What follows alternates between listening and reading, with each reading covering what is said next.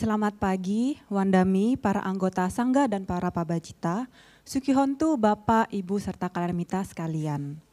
Kami mengucapkan selamat datang dan selamat bergabung di kelas Pariyati Sasana Hybrid pada hari ini, Minggu 21 Januari 2024, yang disiarkan secara langsung dari Dhammasala Dhamma Wihari Budi Studies. Izinkan saya, Leticia Amira, untuk memandu kelas Pariyati Sasana pada pagi hari ini. Senang sekali pada pagi hari ini kita semua dapat berkumpul bersama untuk melakukan rangkaian kebajikan, di antaranya dengan pembacaan parita, permohonan tisarana dan Pancasila, mendengarkan Dhamma Desana, dan ditutup dengan dana parami serta pelimpahan jasa. Pada pagi hari ini, Bante Keminda akan membabarkan makna kata demi kata Dhamma pada stansa 395 hingga 400. Untuk itu mari kita siapkan batin yang penuh sukacita dan penuh pemahaman agar kebajikan yang kita lakukan pada hari ini merupakan kebajikan 3 akar dan superior yang akan menjadi pendukung kuat dalam pencapaian maga, pala, dan nibbana. Sambil menunggu kalenamita yang lainnya untuk turut bergabung bersama kita, izinkan kami untuk membacakan beberapa pengumuman. Pengumuman yang pertama. Program baru DBS, Yoga Wacara, Connecting with Your Breath, A Day with Mindfulness. Kelas pertama akan berlangsung pada hari Sabtu, 27 Januari 2024, pukul 8.30 hingga 5 sore, bertempat di Ruang Dhammasala DBS lantai 3. Yoga Wacara, yang berarti praktisi meditasi ini, akan dibimbing langsung oleh Ashin Keminda, dan kelas pertama telah ditutup pendaftarannya. Bagi yang akan dikonfirmasi bergabung, kami mengingatkan bahwa peserta tiba tepat waktu yaitu pukul 8.30 dan peserta bersedia menjalankan 8 sila atas sila. Dress code menggunakan atasan putih dan bawahan hitam atau warna gelap. Dengan penuh sukacita, DBS akan mengadakan seminar parenting dengan tema Tantangan dan Tips Orang Tua Generasi Z dan Alpha, dengan tujuan untuk membangun hubungan orang tua anak yang harmonis dan sesuai dengan Dhamma. Pada hari Minggu 28 Januari 2024, waktu 11.30 hingga 1 siang, bertempat di Ruang Dhammasala DBS lantai 3 dengan pembicara Dr. Mahaputra Spesialis Kejiwaan. Pendaftaran dengan cara mengisi form pada tautan bit.ly/regis tanda hubung seminar parenting, atau dengan cara memindai QR Code pada poster. Untuk menumbuhkan welas asih, meta, dan karuna, serta mempraktikkan kemurahan hati, caga, mari Kalenamita bergabung dalam WA Group Dhamma Lada, yaitu program dana bersama yang bertujuan untuk menyokong mereka yang membutuhkan dengan menjunjung tinggi etika dan metode penggalangan dana yang benar. Dhamma Lada berarti dana yang diperoleh dengan cara yang benar, merupakan sarana melatih praktik dana yang merupakan fondasi kebajikan. Untuk bergabung dengan WhatsApp grup ini, silahkan Kalenamita memindai QR Code yang tertera pada poster. DBS mengucapkan terima kasih dan turut bermudita cita atas kebajikan yang telah dilakukan oleh Kalenamita semua yang telah memfasilitasi pengobatan anggota Sangga melalui dana paket permata.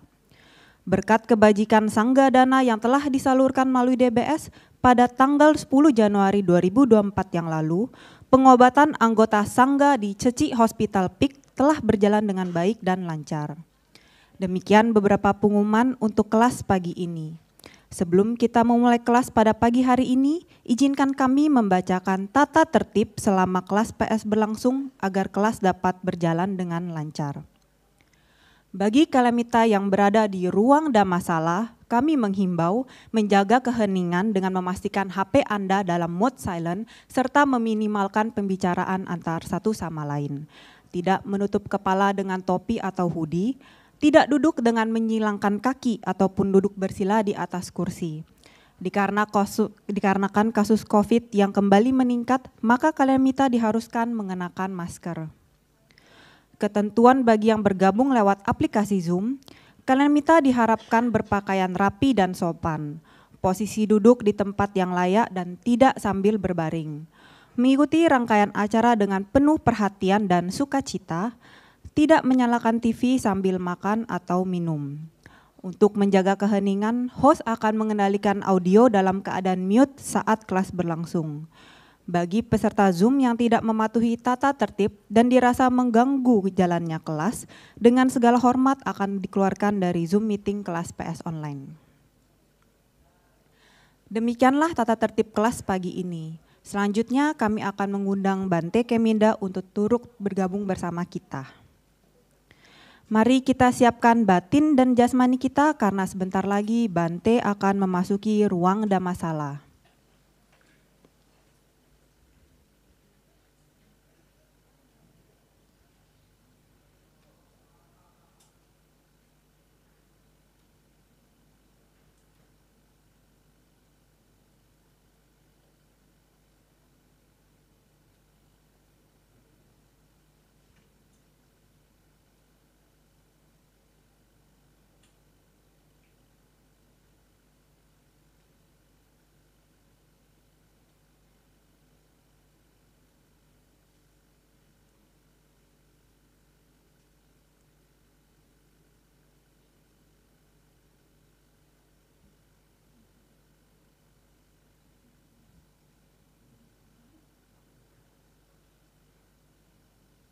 Mari kita siapkan batin dan jasmani kita sebelum kita mendengarkan Dhamma Desana yang akan dibawakan oleh Bante Keminda.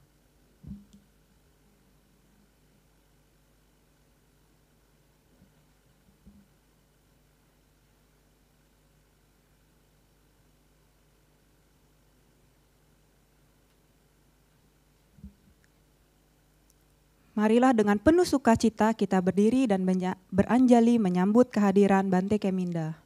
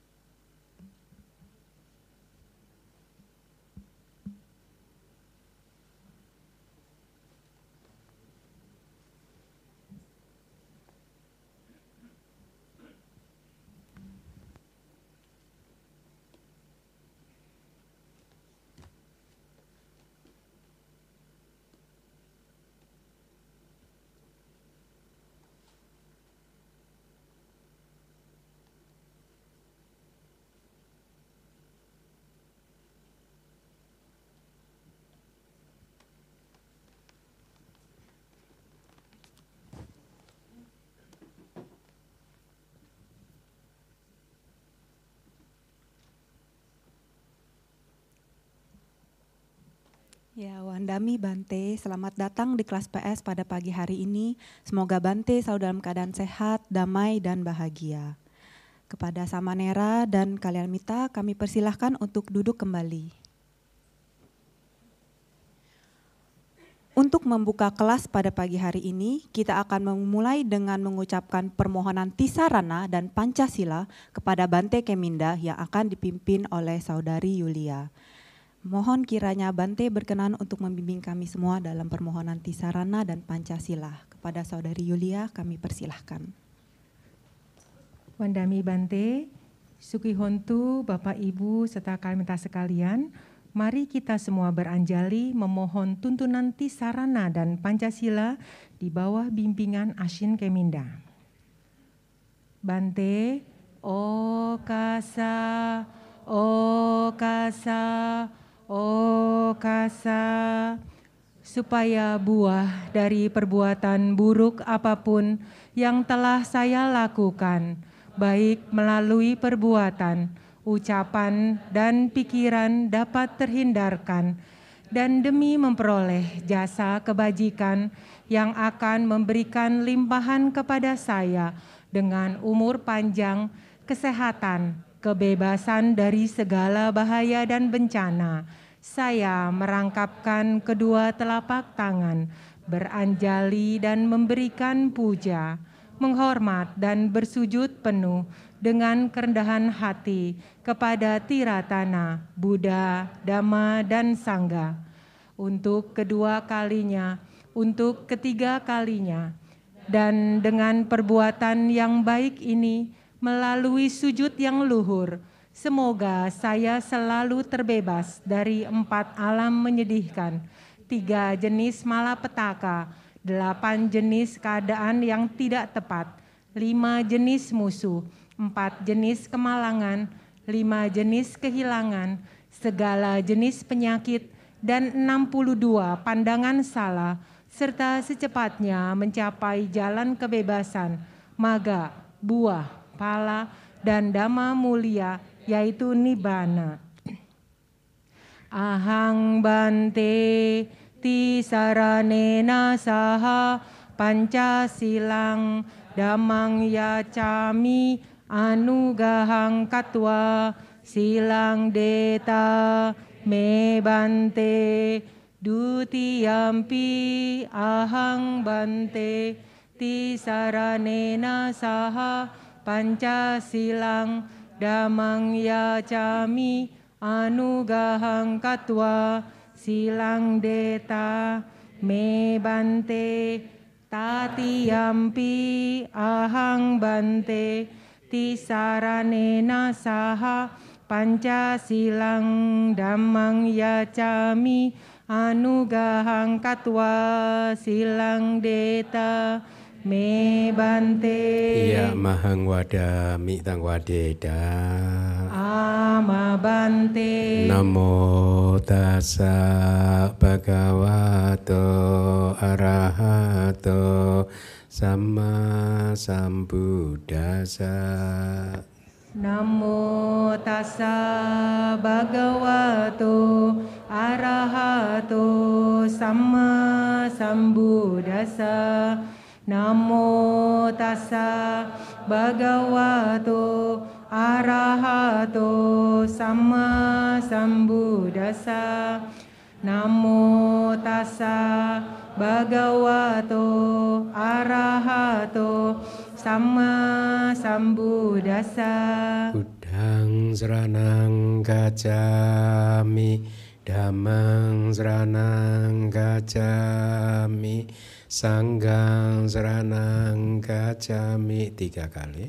Buddhang saranang gacchami, dhammang saranang gacchami, sanghang saranang gacchami. Dutiyampi buddhang saranang gacchami, dutiyampi dhammang saranang gacchami, dutiyampi sanghang saranang gacchami, tatiyampi buddhang saranang gacchami, tatiyampi dhammang saranang gacchami, tatiyampi sanghang saranang gacchami. Tisarana gamanang paripurnang. Ama bante.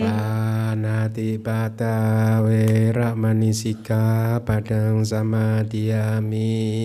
Panatipata weramani sikkhapadang samadhiyami. Adinadana weramani sikkhapadang samadhiyami. Adinadana weramani sikkhapadang samadhiyami. Kame sumicacara weramani sikkhapadang samadhiyami. Kame sumicacara weramani sikkhapadang samadhiyami. Musawada weramani sikkhapadang samadhiyami. Musawada weramani sikkhapadang samadhiyami. Surameraya maca pamadatana weramani sikkhapadang samadhiyami. Surameraya maja pamadatana weramani sikkhapadang samadhiyami. Idang me punya. Idang me punya. Asawakaya.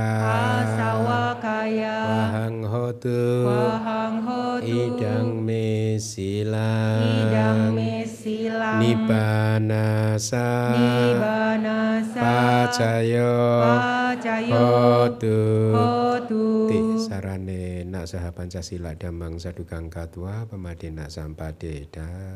Amabante sadu sadu sadu. Anumodana Bante.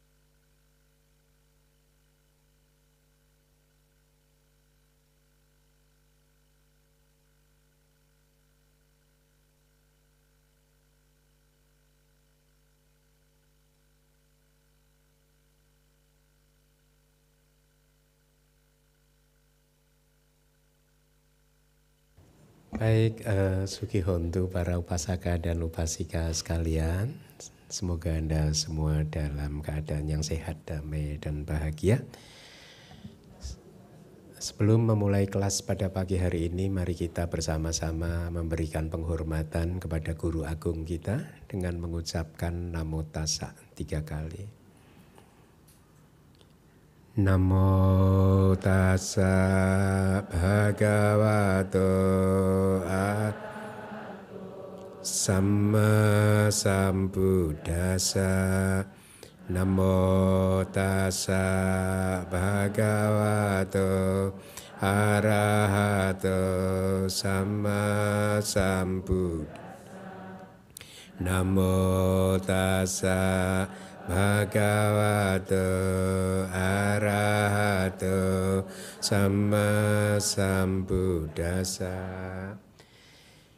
Baik, para upasaka dan upasika sekalian, hari ini hari Minggu tanggal 21 Januari 2024 ya.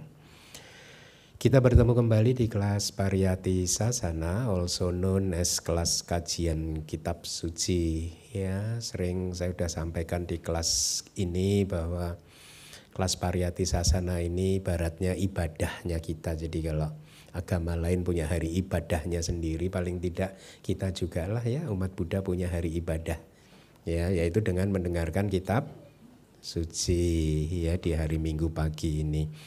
Saya akan menyampaikan Buddha Wacana atau perkataan atau kata-kata Buddha, khususnya tentang penjelasan di kitab Dhammapada ya. Tidak terasa kita sudah hampir menyelesaikan semua stansa di kitab Dhammapada ya. Ada 400, total itu ada 423 kalau nggak salah stansa dari Dhammapada. Dan seperti yang sudah beberapa kali juga saya sampaikan, kita patut bersyukur bahwa akhirnya kitab komentar dari Dhammapada itu berhasil kita terjemahkan secara lengkap. Jadi berarti selama ini belum lengkap, ya belum lengkap. Jadi kalau Anda pernah membaca kitab komentar dari Dhammapada itu sebenarnya nggak lengkap, ya. Karena biasanya kitab-kitab komentar di Indonesia ini kan diterjemahkan tidak dari bahasa Pali langsung, dari bahasa aslinya, tetapi dari bahasa Inggris, ya. Dan di buku-buku berbahasa Inggris, kitab komentar dari Dhammapada itu tidak lengkap juga. Jadi justru kita bisa mengatakan kelas Pariyati Sasana ini lengkap, ya. Kecuali beberapa kelompok stansa yang pertama dulu kayak Cita Waga itu, karena saya dulu ketika pertama kali memutuskan untuk mengajar Dhammapada itu tidak pernah terfikir untuk membukukannya, untuk dibuat bukunya, sehingga di beberapa kelompok stansa yang pertama itu saya menerjemahkannya, saya ringkas-ringkas. Kalau Anda baca background story buku pelengkap yang sudah diterbitkan DBS itu, di beberapa kelompok stansa yang pertama itu tidak lengkap memang, karena memang waktu itu saya tidak punya rencana untuk membukukannya. Tapi begitu tim DBS meminta kepada saya untuk membukukannya, lalu saya sejak hari itu saya terjemahkan secara lengkap, ya. Paling tidak kalau saya mengatakan buku kitab komentar Dhammapada berbahasa Inggris tidak lengkap itu paling dalam arti belum ada terjemahan kitab komentar kata demi kata dari setiap stansa ini. Belum ada. Yang ada hanya background story-nya aja, cerita-cerita latarnya saja. Tapi penjelasan kata per kata yang berbahasa Inggris pun belum ada, dan kita di Indonesia ada sekarang. Nah, nanti kita one step ahead. Bukan untuk menyombongkan diri, ya, tetapi untuk mensyukuri bahwa pada akhirnya Anda mendapat kesempatan untuk mendengar penjelasan kata demi kata tersebut yang bahkan dalam referensi bahasa Inggrisnya belum ada, ya. Kita bersyukur di sana. Baik, seperti biasa saya akan sedikit mengulang owada yang sudah saya sampaikan kemarin, ya. Jadi di hari Sabtu pagi kemarin saya menyampaikan owada kata tentang bakti anak kepada orang tua. Saya menyampaikan topik itu karena saya teringat pada dua peristiwa. Ya, paling tidak saya mengingat ada peristiwa pertama yang saya ingat adalah ketika ada seorang ibu umat Buddhis, ya, datang ke DBS menemui saya dengan mungkin adiknya atau apa begitu. Dia ini single parent, bercerai dengan suaminya dan punya anak satu yang dia besarkan. Tapi karena satu dan lain hal mungkin si anak ini mengalami ketika biasa manusia, saya sering menemui kasus anak-anak muda itu ketika umur udah menjelang 30 itu ada saja yang kemudian kehilangan kendalinya. Karena mungkin alam bawah sadar dia mengatakan hidup jadi makin berat karena dia tidak mengelolanya dengan baik sejak muda. Kan umur-umur 25 menjelang 30 itu kan memang masa-masa genting, ya, gitu dalam perjalanan manusia, ya. Perjalanan itu akan menjadi sangat menentukan apakah dia nanti akan mendapatkan kehidupan yang baik atau tidak. Secara teori kan begitu, ya.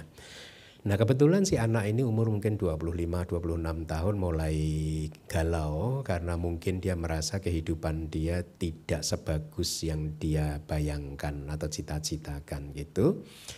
Jadi mungkin sekolahnya juga tidak sebagus yang dia inginkan. Jadi dia merasa melihat masa depan dia gelap gulita begitu.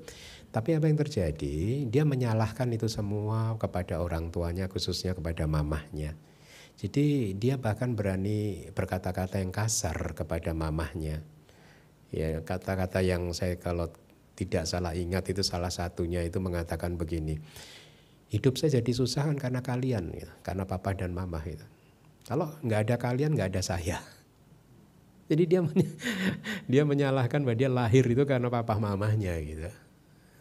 Sekarang gimana ini, jadi dia menuntut pertanggungjawaban dari orang tuanya gitu.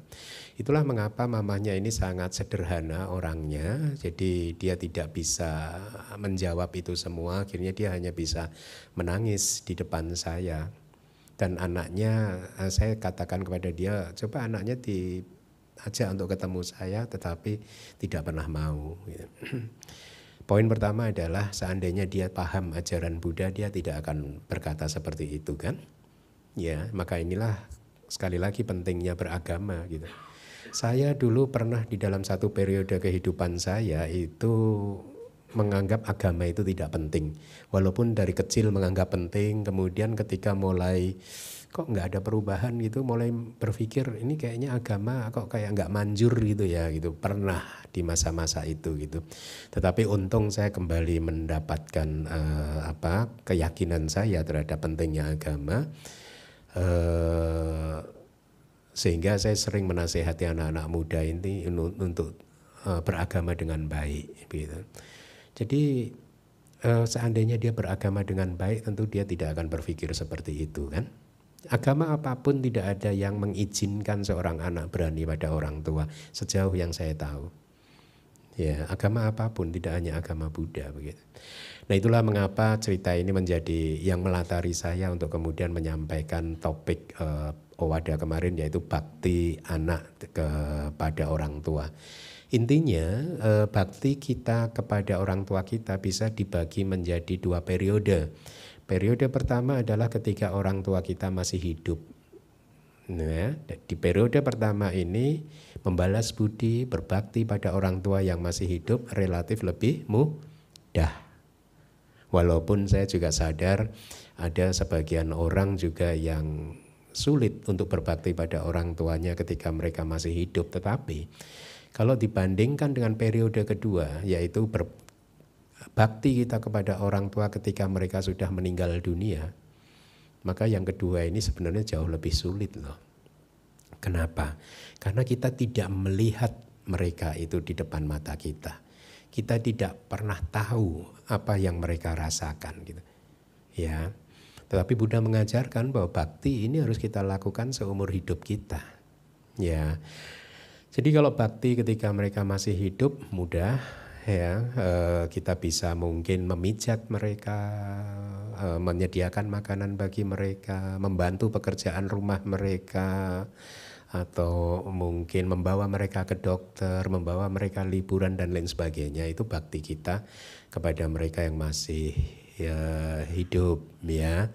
Dan juga memastikan mereka bisa melakukan karma baik. Seperti hari ini kan saya lihat banyak senior, umat-umat yang cukup senior usianya hadir, dan itu sesuai dengan keinginan saya. Saya selalu berpesan kan kepada umat, hei, seperti Anda harus ingat loh, seperti halnya Anda yang ingin terus mendengarkan dhamma, ingin terus berbuat baik, ingin terus berdana, orang tua Anda juga seperti itu juga loh.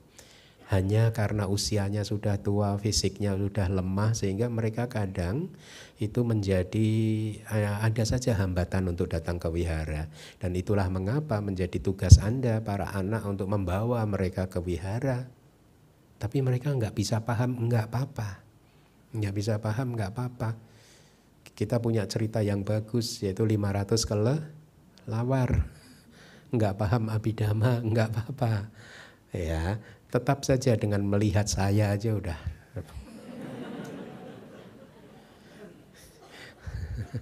Mendengarkan kata-kata kitab suci itu pun sudah kebajikan yang sangat kuat kan. Jadi ajak orang tua. Nah, tapi poinnya kemudian adalah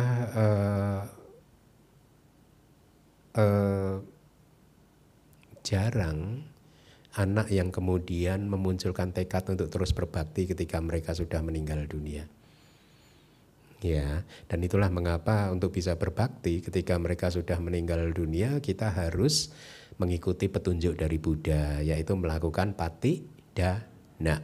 Pati dana sering kita terjemahkan menjadi pelimpahan jasa, tetapi arti harfiah dari pati dana, pati, P-A-T-T-I, itu artinya kebajikan. Dana itu ya dana. Jadi pati dana atau pelimpahan kebajikan itu artinya dana kebajikan. Artinya Anda melakukan kebajikan lalu kebajikan itu Anda danakan kepada mendiang, almarhum, almarhumah, begitu ya. Nah, jadi itu adalah tugas kita seumur hidup. Ya, oleh karena itu bagaimana caranya?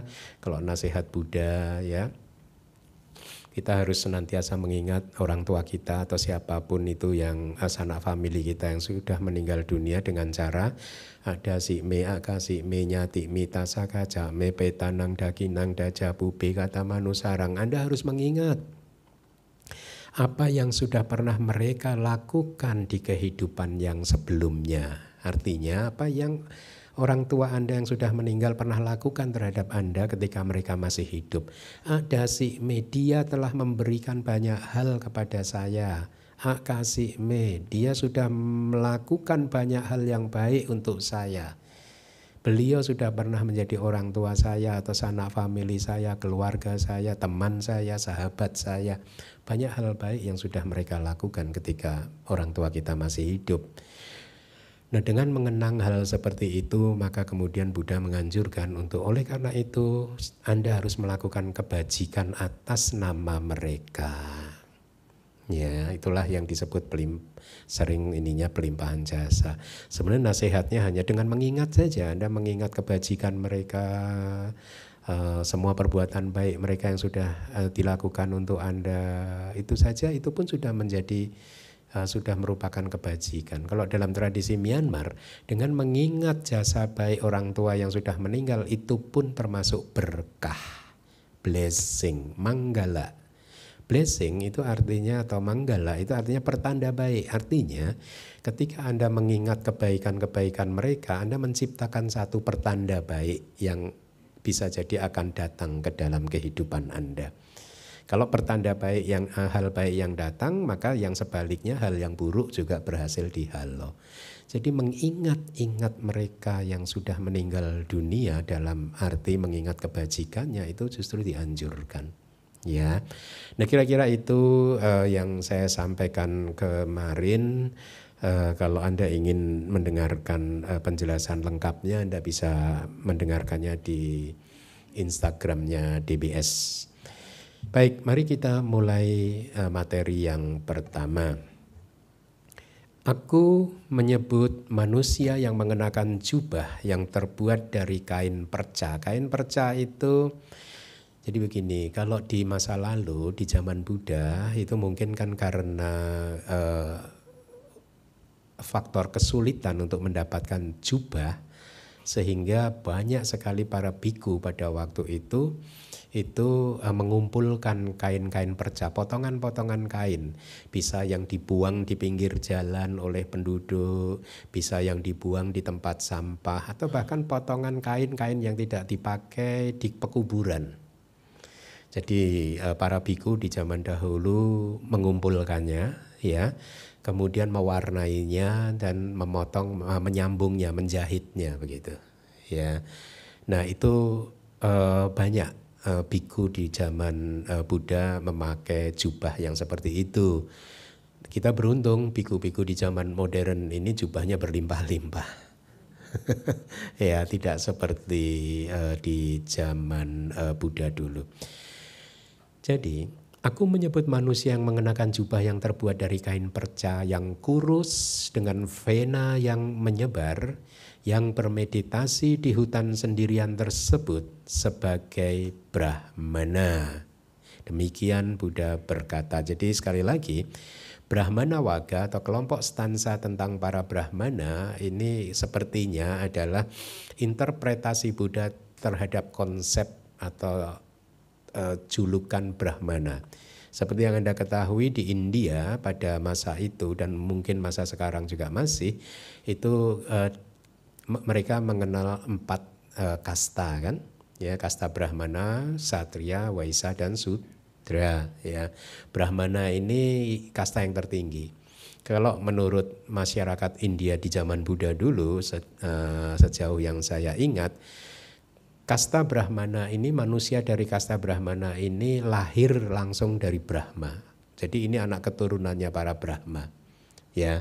Dan karena mereka anak keturunannya para Brahma, mereka dianggap suci karena Brahma itu dianggap makhluk yang suci kan, ya. Nah di Sutta banyak sekali Buddha mencoba untuk meluruskan logika-logika mereka di zaman tersebut. Nah salah satunya juga di Brahmana Waga ini, ya. Jadi menurut Buddha Brahmana itu bukan orang yang hanya lahir dari keluarga Brahmana, tetapi yang bermeditasi di hutan sendirian itu disebut Brahmana. Buddha menguraikan Dhammadesana ini saat sedang tinggal di Gunung Gijak Kuta. Gijak Kuta itu gunung puncak Hering. Kuta itu puncak, Gijak itu Hering. Hering itu pemakan bangkai. Ya. Cerita ini disampaikan oleh Buddha dengan mengacu kepada kisah Gotami. Diceritakan bahwa pada waktu itu setelah menemui Buddha bersama dengan rombongan para dewa di sepertiga bagian malam yang pertama, yaitu antara jam 6 sampai jam 4 jam ya, jam 6 sampai jam 10 ya. Dia bersujud dan duduk di satu tempat yang sepatutnya sembari mendengarkan wejangan tentang Saraniya Dhamma. Saraniya Dhamma itu adalah Dhamma atau nilai-nilai praktek-praktek yang harus dipraktekkan oleh mereka yang hidup bersama supaya kehidupannya itu rukun. Ya, saya pernah menyampaikannya 6 Saraniya Dhamma ini di ceramah Waisa atau Katina. Ya, meta kaya kamang, meta kaya kamang, meta waci kamang, meta mano kamang. Jadi kalau Anda ingin rukun di dalam satu komunitas, maka kita harus mempraktekkan 6 Dhamma ini, yaitu kita harus senantiasa memancarkan meta melalui perbuatan tubuh kita terhadap orang lain. Ya, kita harus misalkan meta dengan perbuatan tubuh. Ya, ramah dalam hal perbuatan gitu. Kalau ada teman Anda yang sedang angkat-angkat kursi, Anda membantu mereka untuk mengangkat kursi. Kalau Anda melihat teman Anda sedang sibuk di dapur, Anda membantu mengulurkan tangan, membantu mereka untuk menyelesaikan pekerjaannya. Itu adalah meta kaya kamang. Jadi meta yang Anda praktekkan melalui tubuh Anda. Ya. Kemudian meta waci kamang itu ya Anda bisa mempraktekkan meta melalui ucapan dalam bentuk ucapan yang ramah, ya, kata-kata yang ramah, hanya mengucapkan kata-kata yang baik, ya. Kemudian kalaupun Anda harus menasehati orang teman Anda harus menasehati dengan niat atau itikat yang baik. Anda harus sopan, santun, ya, saling menghormati secara terbuka, ya. Dan itu dipraktekkan baik di hadapan orang tersebut maupun ketika orang itu nggak ada di hadapan Anda, ya, baik secara terbuka maupun secara tertutup. Itu kalau kata-kata kitab sucinya. Kemudian yang ketiga adalah meta mano kamang. Anda mempraktekkan meta melalui pintu batin Anda. Jadi ketika dia ada di hadapan Anda memancarkan meta melalui kata-kata di dalam hati Anda. Sambil memandang mata mereka, teman Anda, ya, Anda mengucapkan kata-kata semoga Anda berbahagia, ya, hanya di dalam hati saja. Maka Anda mempraktekkan meta melalui batin, ya. Atau kalau orangnya tidak ada di hadapan Anda, oh semoga si A dimanapun dia berada senantiasa bahagia. Itu pun juga meta. Kalau Anda berkirim kabar melalui WhatsApp dan menulis Sukhi Hotu, itu pun juga pancaran meta. Arti dari Sukhi Hotu, may there be happiness. Artinya semoga Anda berbahagia. Kira-kira begitu kalau bahasa Indonesianya. Itu pun juga pancaran meta. Salam kita kan begitu kan, Sukhi Hotu, gitu. Semoga Anda berbahagia. Gitu. Kalau arti harfiahnya ya gitu, may there be happiness, semoga di sana ada kebahagiaan artinya. Kalau di bahasa Indonesia kan ya semoga Anda bahagia gitu. Ya. Kemudian ada 3 praktek yang lain yang saya tidak akan sampaikan di sini, ya. Intinya kalau Anda ingin mendengarkannya, Anda bisa mendengarkan sih di ceramah saya di Waisa atau Katina dulu itu. Jadi saya lanjutkan. Di momen tersebut, setelah melihat Saka, Raja para Dewa datang melalui angkasa dengan pikiran atau dengan niat saya akan melihat Buddha, itu niatnya Saka, Kisa Gotami kembali atau pulang. Setelah memberikan penghormatan kepada Buddha dan melihat kisah Gotami pulang, Saka bertanya kepada Buddha, "Wahai Tuan yang mulia, siapakah nama dia yang datang? Siapakah nama dia yang setelah melihat Anda lalu pulang itu?" gitu. Buddha berkata, "Nama dia Kisa Gotami, wahai Maharaja. Dia adalah putriku dan yang terkemuka di antara sesepuh perempuan pemakai jubah yang terbuat dari kain usang yang diambil dari tumpukan debu." Jadi dari sini kita mendapat informasi bahwa Kisa Gotami adalah bhikkhuni yang memakai jubah dari kain perca tadi, ya. Lalu Buddha mengucapkan stanza yang ada di slide. "Aku menyebut manusia yang mengenakan jubah yang terbuat dari kain perca, yang kurus dengan vena yang menyebar, yang bermeditasi di hutan sendirian tersebut sebagai Brahmana." Demikian Buddha berkata. Di dalam stansa tersebut arti dari yang kurus adalah sebagai berikut. Ketika menyelesaikan praktek meditasi yang cocok untuk dirinya sendiri, mereka yang mengenakan jubah yang terbuat dari kain perca menjadi orang-orang yang memiliki sedikit daging dan darah dan juga dengan vena yang menyebar di seluruh tubuhnya. Ya, jadi ini artinya begini. Hampir semua yang pernah saya temui ketika meditasi mereka sedang berkembang. Kalau kami para biku itu kan bisa berlatih meditasi bertahun-tahun kan, ya, 1 tahun, 2 tahun, 3 tahun, 5 tahun, 10 tahun atau bahkan lebih. Jadi mereka yang meditasinya berkembang itu biasanya tubuhnya juga akan kurus kering, ya, kurus kering. Bukan karena dia kekurangan makanan atau maksudnya kekurangan makanan, nggak ada banyak makanan yang bisa dimakan, tidak. Mungkin di wiharanya ada banyak makanan, tetapi ketika meditasi sedang tumbuh, sedang berkembang, kebutuhan untuk makan itu sedikit. Secara alamiah tubuh tidak membutuhkan banyak makanan, ya. Jadi bahkan mungkin satu hari hanya makan 3 sendok makan nasi aja udah cukup untuk satu hari, dan itu bisa berlangsung setahun, 2 tahun, 3 tahun. Makanya tidak heran kalau meditator itu kalau pas lagi berlatih di hutan itu menjadi kurus kering gitu. Ya, itu biasanya akan seperti itu. Tapi begitu kembali ke kota mengajar gemuk lagi. Udah pasti. Kalau pas di hutan pasti kurus. Kalau meditasinya berkembang, ya. Bukan berarti di hutan kekurangan makanan, banyak makanan, tetapi dia nggak butuh banyak makanan. Itu tadi mungkin 3 sendok makan udah cukup satu hari gitu, ya. Atau bahkan bisa aja satu hari dia nggak makan makanan sama sekali, bisa saja seperti itu gitu, ya. Ya makanya itulah tadi dikatakan di stansa itu tubuhnya kurus, venanya menyebar, jadi urat-uratnya kelihatan begitu, ya, karena udah nggak ada daging lagi gitu. Itulah mengapa Buddha berkata seperti itu. Di hutan sendirian artinya manusia yang bermeditasi sendirian di hutan yang merupakan tempat yang terpencil. Maka orang yang seperti itulah yang aku panggil sebagai Brahmana, kata Buddha. Jadi bukan karena Brahmana, bukan karena dia lahir dari kasta Brahmana, itu maksudnya, ya. Demikian arti dari stansa 392. Di akhir dari wejangan banyak individu mencapai buah yang sedang memasuki arus atau menjadi sotapanna dan lain-lain. Demikianlah cerita tentang kisah Gotami yang merupakan cerita yang ke-12.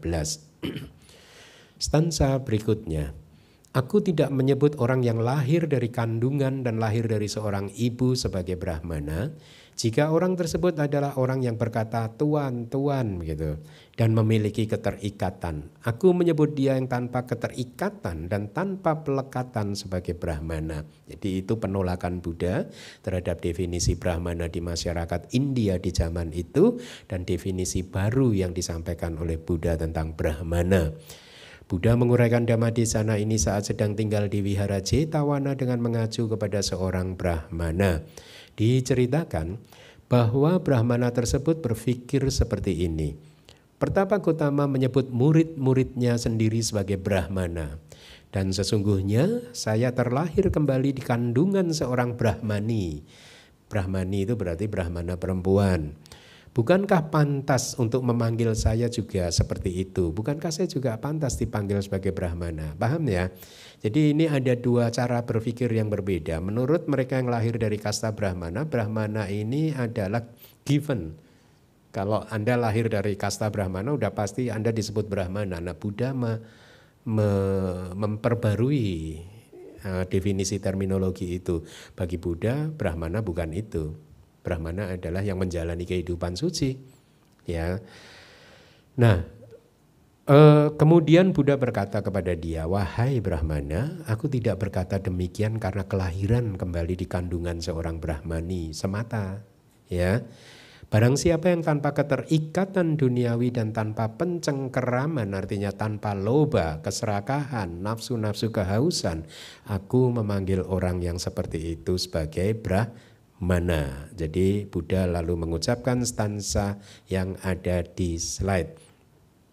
Aku tidak menyebut orang yang lahir dari kandungan dan seterusnya. Di dalam stanza tersebut, orang yang lahir dari kandungan artinya orang yang lahir dari kandungan. Yang lahir dari seorang ibu artinya yang muncul di dalam perut yang merupakan propertinya seorang ibu yang merupakan seorang Brahmani. Orang yang berkata tuan berarti jadi begini. Ini kalau saya nggak salah ingat, ini pelajaran lama sih.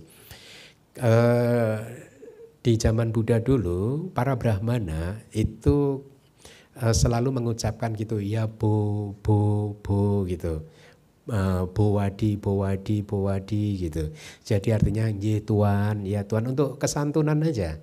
Untuk apa ya, pergaulan dia selalu mengucapkan baik Tuhan begitu. Nah itu dikritik sama Buddha. Bagi saya Brahmana bukan hanya orang yang selalu mengatakan Tuhan begitu. Paham ya? Ya.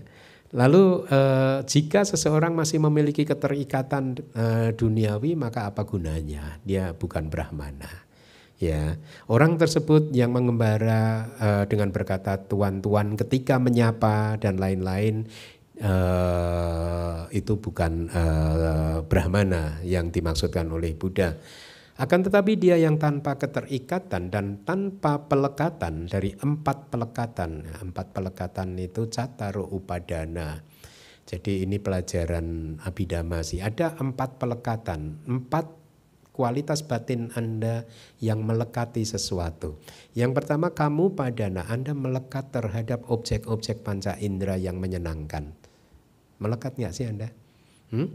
Kalau Anda melihat objek yang nggak baik, Anda ingin yang baik. Anda setel lagu mobil, di mobil lagunya nggak baik, Anda putar cari lagu yang baik, yang menyenangkan telinga Anda. Gitu kan? Hidung Anda pengennya mencium bau parfum yang Anda sukai. Jadi energi batin Anda yang selalu menginginkan objek-objek yang menyenangkan, yang bisa membuat hati Anda senang, itulah kemelekatan terhadap kenikmatan indriyawi. Itu namanya kemelekatan tuh. Anda terikat pada objek-objek yang menyenangkan itu. Ya, kemudian kemelekatan yang kedua itu bau padana, artinya pelekatan terhadap kehidupan. Anda masih ingin hidup lagi, ya. Begitu mau meninggal dunia takut karena saya masih ingin hidup terus, ya. Itu kemelekatannya. Nggak mau mati, ya. Padahal kan enak ya kalau udah tua apa ya. Kadang saya pernah ceritakan di sini kali ya. Di wihara guru saya itu ada seorang bante yang umurnya lebih dari 100 tahun udah nggak bisa apa-apa gitu. Ya, tapi seorang biku nggak boleh menasihati begini loh, Bante. Kan Bante umur udah 110. Udah nggak bisa apa-apa, kan lebih baik mati loh Bante. Nggak boleh loh. Itu langsung parajika loh itu kalau harus pelanggaran berat loh, nggak boleh begitu. Nggak maksud saya kita merenung gitu ya. Orang yang sudah contoh yang lain lah, bukan biku ya, contoh yang lain. Takut nanti saya salah malah. Ya umat upasaka upasika begitu ya, walaupun sudah tua renta sakit-sakitan juga nggak ingin meninggal dunia kan. Betul tidak? Itu contoh yang paling gampang tentang pelekatan terhadap eksistensi. Nggak mau meninggal dunia. Kemudian yang ketiga, pelekatan terhadap pandangan salah ditu padana. Ya, pandangan-pandangan Anda, konsep-konsep Anda, faham-faham Anda, ya, pandangan salah bahwa aku adalah kekal, gitu, pandangan salah dunia ini kekal dan lain sebagainya, dan Anda lekatinya. Kemudian pelekatan yang pertama awija, awija, pelekatan terhadap benar ya, awija benar. Ya, pelekatan terhadap ketidaktahuan Anda, ketidaktahuan tentang 4 kebenaran mulia. Jadi orang yang seperti itu tentu saja bukan Brahmana, tapi orang yang sudah bebas dari keterikatan terhadap pelekatan tersebut, Buddha memanggilnya sebagai Brahmana. Di akhir dari wejangan, Brahmana tersebut bertegak di atas buah yang sedang memasuki arus. Wejangan Dhamma menjadi bermanfaat bagi mereka yang telah hadir juga. Demikian cerita tentang seorang Brahmana yang merupakan cerita yang ke-13. Next stanza. Setelah memotong semua belenggu, seseorang pasti tidak menunjukkan kerinduan. Nah, ini tugas kita. Anda harus bisa memotong semua belenggu. Nanti akan saya jelaskan apa saja belenggu itu. Aku menyebut orang yang telah mengatasi keterikatan-keterikatan dan yang telah terlepas tersebut sebagai Brahmana. Demikian Buddha berkata. Buddha menguraikan Dhammadesana ini saat sedang tinggal di wihara Weluwana dengan mengacu kepada seorang putra miliuner yang bernama Uggasena. Cerita ini sebenarnya telah dijabarkan di penjelasan untuk stansa 348. Anda bisa mendengarkannya kembali. Sesungguhnya pada waktu itu ketika dikatakan seperti ini oleh para rahib laki-laki, wahai Tuan yang mulia, Uggasena berkata, saya tidak takut. Sepertinya dia menyatakan hal lain dengan sesuatu yang tidak benar. Artinya dia bohong, dia padahal takut itu Buddha. Buddha berkata seperti ini, wahai para rahib laki-laki, mereka yang telah memotong belenggu-belenggu seperti putraku si Uggasena itu tentu atau pasti tidak memiliki rasa takut. Ya, apakah belenggu itu? Tolong ditampilkan di layar. Jadi kita mengenal, ini saya ambilkan dari buku manual Abhidhamma yang saya tulis, mungkin buku bab pertama ya. Jadi kita ini mempunyai 10 belenggu, itu yang kolom paling kanan itu ya.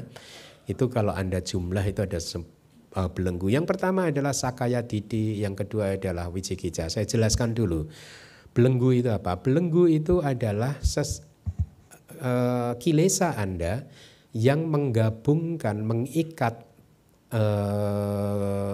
agregat-agregat yang lampau atau kehidupan yang lampau dengan kehidupan yang sekarang, dan juga mengikat kehidupan yang sekarang dengan kehidupan yang akan datang. Jadi belenggu itu di dalam kitab komentar itu diibaratkan seperti borgol, ya, borgol polisi itu, ya. Satu borgolnya ada di tangan Anda, satu borgolnya ada di samsara. Jadi selama Anda masih terbelenggu seperti itu, sejauh apa Anda mau melarikan diri, Anda tetap saja akan berputar-putar di dalam samsara saja. Karena satu borgol ada di tangan Anda, satu borgolnya lagi diikatkan di samsara, siklus kelahiran dan kematian. Itulah mengapa kita harus memotong borgol ini supaya bisa terlepas dari samsara. Ya. Nah, belenggu yang pertama itu pandangan salah tentang adanya identitas diri, yaitu yang menganggap bahwa hidup Anda itu adalah diri Anda, ya. Niwasi itu artinya ada Anda yang mendiami tubuh jasmani Anda dan pikiran Anda itu, yang tinggal di dalam tubuh Anda itu, niwasi. Padahal nggak ada. Yang dua sami, pemilik, ya. Anda merasa bahwa itu tubuh Anda, itu pikiran Anda, itu batin Anda, itu kehidupan Anda yang memiliki semuanya itu, padahal nggak ada. Terus yang ketiga adanya karaka. Karaka itu pelaku. Anda merasa Anda saat ini sedang mendengarkan ceramahnya Bante Keminda, Anda merasa sedang makan, Anda merasa sedang nonton apa ini itu, Anda merasa sedang tidur, sedang membaca dan lain sebagainya. Ya, pemahaman itu muncul dari pandangan yang salah, cetasika pandangan yang salah. Ya, kemudian karaka wedaka, yang merasakan, oh saya sedang merasakan rasa panas, saya sedang merasakan rasa dingin, saya sedang merasakan makanan yang enak dan lain sebagainya. Padahal nggak ada itu semua. Anda masih punya kan pikiran seperti itu tadi kan? Itulah yang disebut sakaya didik, pandangan yang salah tentang identitas diri. Dan itu harus Anda potong melalui meditasi. Ya, yang kedua wicikica itu keraguan-raguan, kemudian sila batak paramasa itu menganggap bahwa mencapai nibbana bisa dilakukan dengan cara berdoa, mencapai nibbana bisa dilakukan cukup hanya berdana saja, misalkan enggak cukup, berdana penting, tetapi enggak cukup untuk bisa membuat Anda mencapai nibbana. Anda tetap harus bermeditasi. Nah, dana Anda menjadi potensi sehingga meditasi Anda bisa lebih cepat berkembang. Ya. Kemudian yang keempat kama raga itu adalah nafsu untuk melihat objek-objek panca indera yang menyenangkan. Yang kelima adalah biapada, niat-niat jahat Anda. Oh, semoga dia celaka, saya benci sama dia, mudah-mudahan bisnisnya itu hancur dan lain sebagainya. Niat untuk menghancurkan makhluk lain termasuk binatang. Yang keenam rupa raga itu adalah nafsu untuk terlahir menjadi Brahma materi halus. Yang berikutnya arupa raga yang ketujuh yaitu nafsu untuk terlahir menjadi Brahma non materi. Kemudian mana kesombongan-kesombongan Anda itu juga belenggu. Udaca kebingungan-kebingungan Anda ya. Ya kemarin saya belum lama menasehati seseorang. Anda sudah travel, udah baca buku banyak, udah ini banyak, tapi kan masih bingung kan. Jadi sekarang stop semuanya itu, udah nggak usah banyak baca buku, nggak, diam amati nafas saja. Nggak usah mikir yang lainnya, selama ini udah banyak berpikir tapi masih bingung kan. Makanya jangan berpikir sekarang. Udaca itu kebingungan, jadi batin Anda nggak pernah tenang, ya gelisah terus. Mau berpikir tentang A sebentar, udah lompat lagi ke B. Ya itu terlihat jelas ketika Anda bermeditasi itu. Ya, kemarin yang ikut Pak Baja itu mengalami semua itu pasti awal-awalnya itu. Bagaimana pikiran mereka itu lompat dari satu poin ke poin yang berikutnya, ya enggak sih? Itu kalau pada saat itu, kalau saat ini Anda masih bisa mengingat perilaku pikiran yang lompat ke sana ke sini, itu kalau di kitab diibaratkan Buddha seperti monyet itu lah. Monyet lompat ke satu dahan, ke dahan yang lain, ke satu dahan, terus gitu. Itulah kebingungan. Kemudian yang terakhir belenggunya adalah awija atau ketidaktahuan tentang 4 kebenaran mulia. Tidak tahu bahwa hidup ini adalah penderitaan. Anda sadar berapa jam dalam sehari Anda sadar bahwa hidup ini penderitaan? Lupa kan sering kan? Karena belum paham. Ya, belum paham. Masih punya belenggu yang dinamakan awija atau ketidaktahuan. Oke, saya lanjutkan. Di dalam stansa tersebut, semua belenggu artinya 10 jenis belenggu yang tadi sudah saya sampaikan. Tidak menunjukkan kerinduan artinya dia tidak takut karena nafsu kehausan gitu. Aku menyebut orang-orang yang seperti itu artinya aku memanggil orang yang telah mengatasi keterikatan-keterikatan karena telah dilampauinya keterikatan-keterikatan yaitu 10 belenggu tadi yang telah terlepas karena tidak adanya 4 ikatan. Itu orang yang seperti itu aku sebut sebagai Brahmana. 4 ikatan itu juga mirip sama yang tadi yaitu ikatan yang mengikat Anda terhadap objek-objek panca indera yang menyenangkan. Anda ini masih terikat dengan objek-objek panca indera yang menyenangkan. Itulah mengapa Anda selalu ingin melihat objek panca indera yang menyenangkan. Kemudian ikatan yang membuat Anda terikat pada kehidupan ini. Makanya ketika sudah meninggal Anda masih pengen hidup terus, Anda terikat. Kemudian pandangan salah, Anda terikat oleh pandangan-pandangan Anda, oleh faham-faham Anda, dan yang keempat Anda terikat oleh ketidaktahuan Anda terhadap 4 kebenaran mulia. Jadi Anda nggak mau menerima fakta bahwa hidup ini adalah duka. Oh hidup itu enak kok Bante, suka kok Bante, gitu. Nggak mau. Ya. Contoh yang gampang, Anda mau jadi biku? nggak mau. Di akhir dari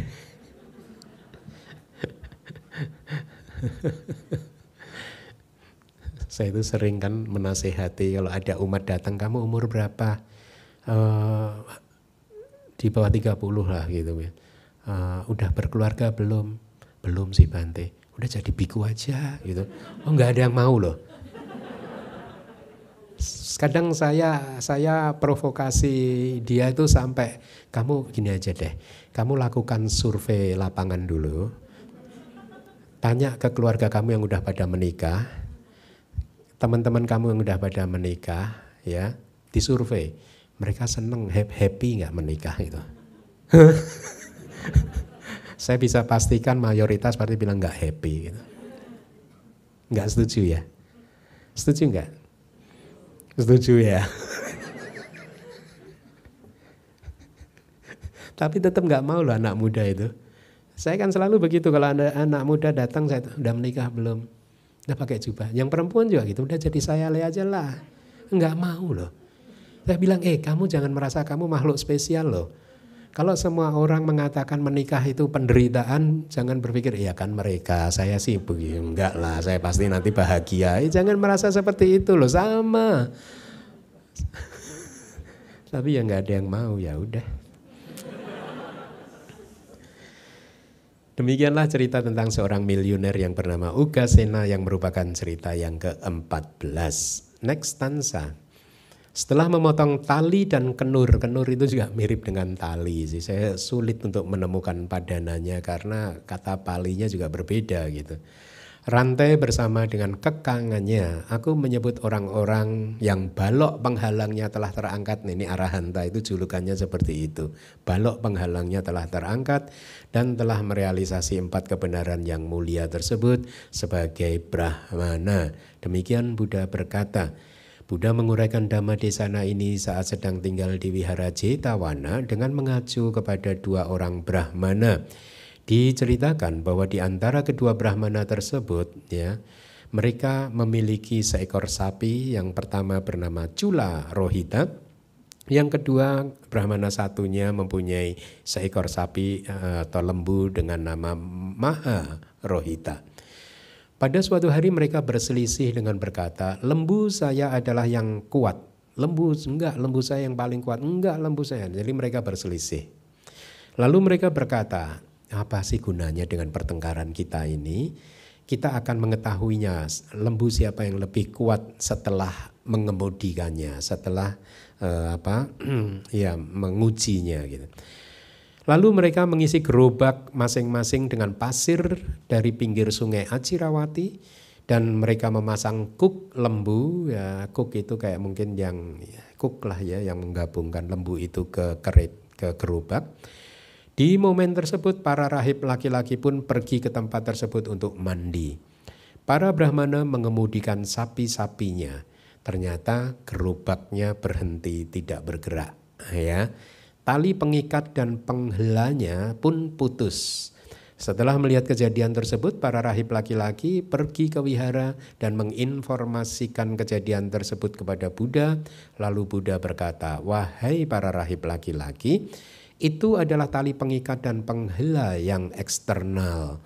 Siapapun bisa memutus tali pengikat dan penghela yang eksternal itu, tetapi bagi seorang rahib laki-laki adalah pantas untuk memutus tali kemarahan dan penghela yang dinamakan nafsu kehausan yang internal. Bagus ya perumpamaannya ya.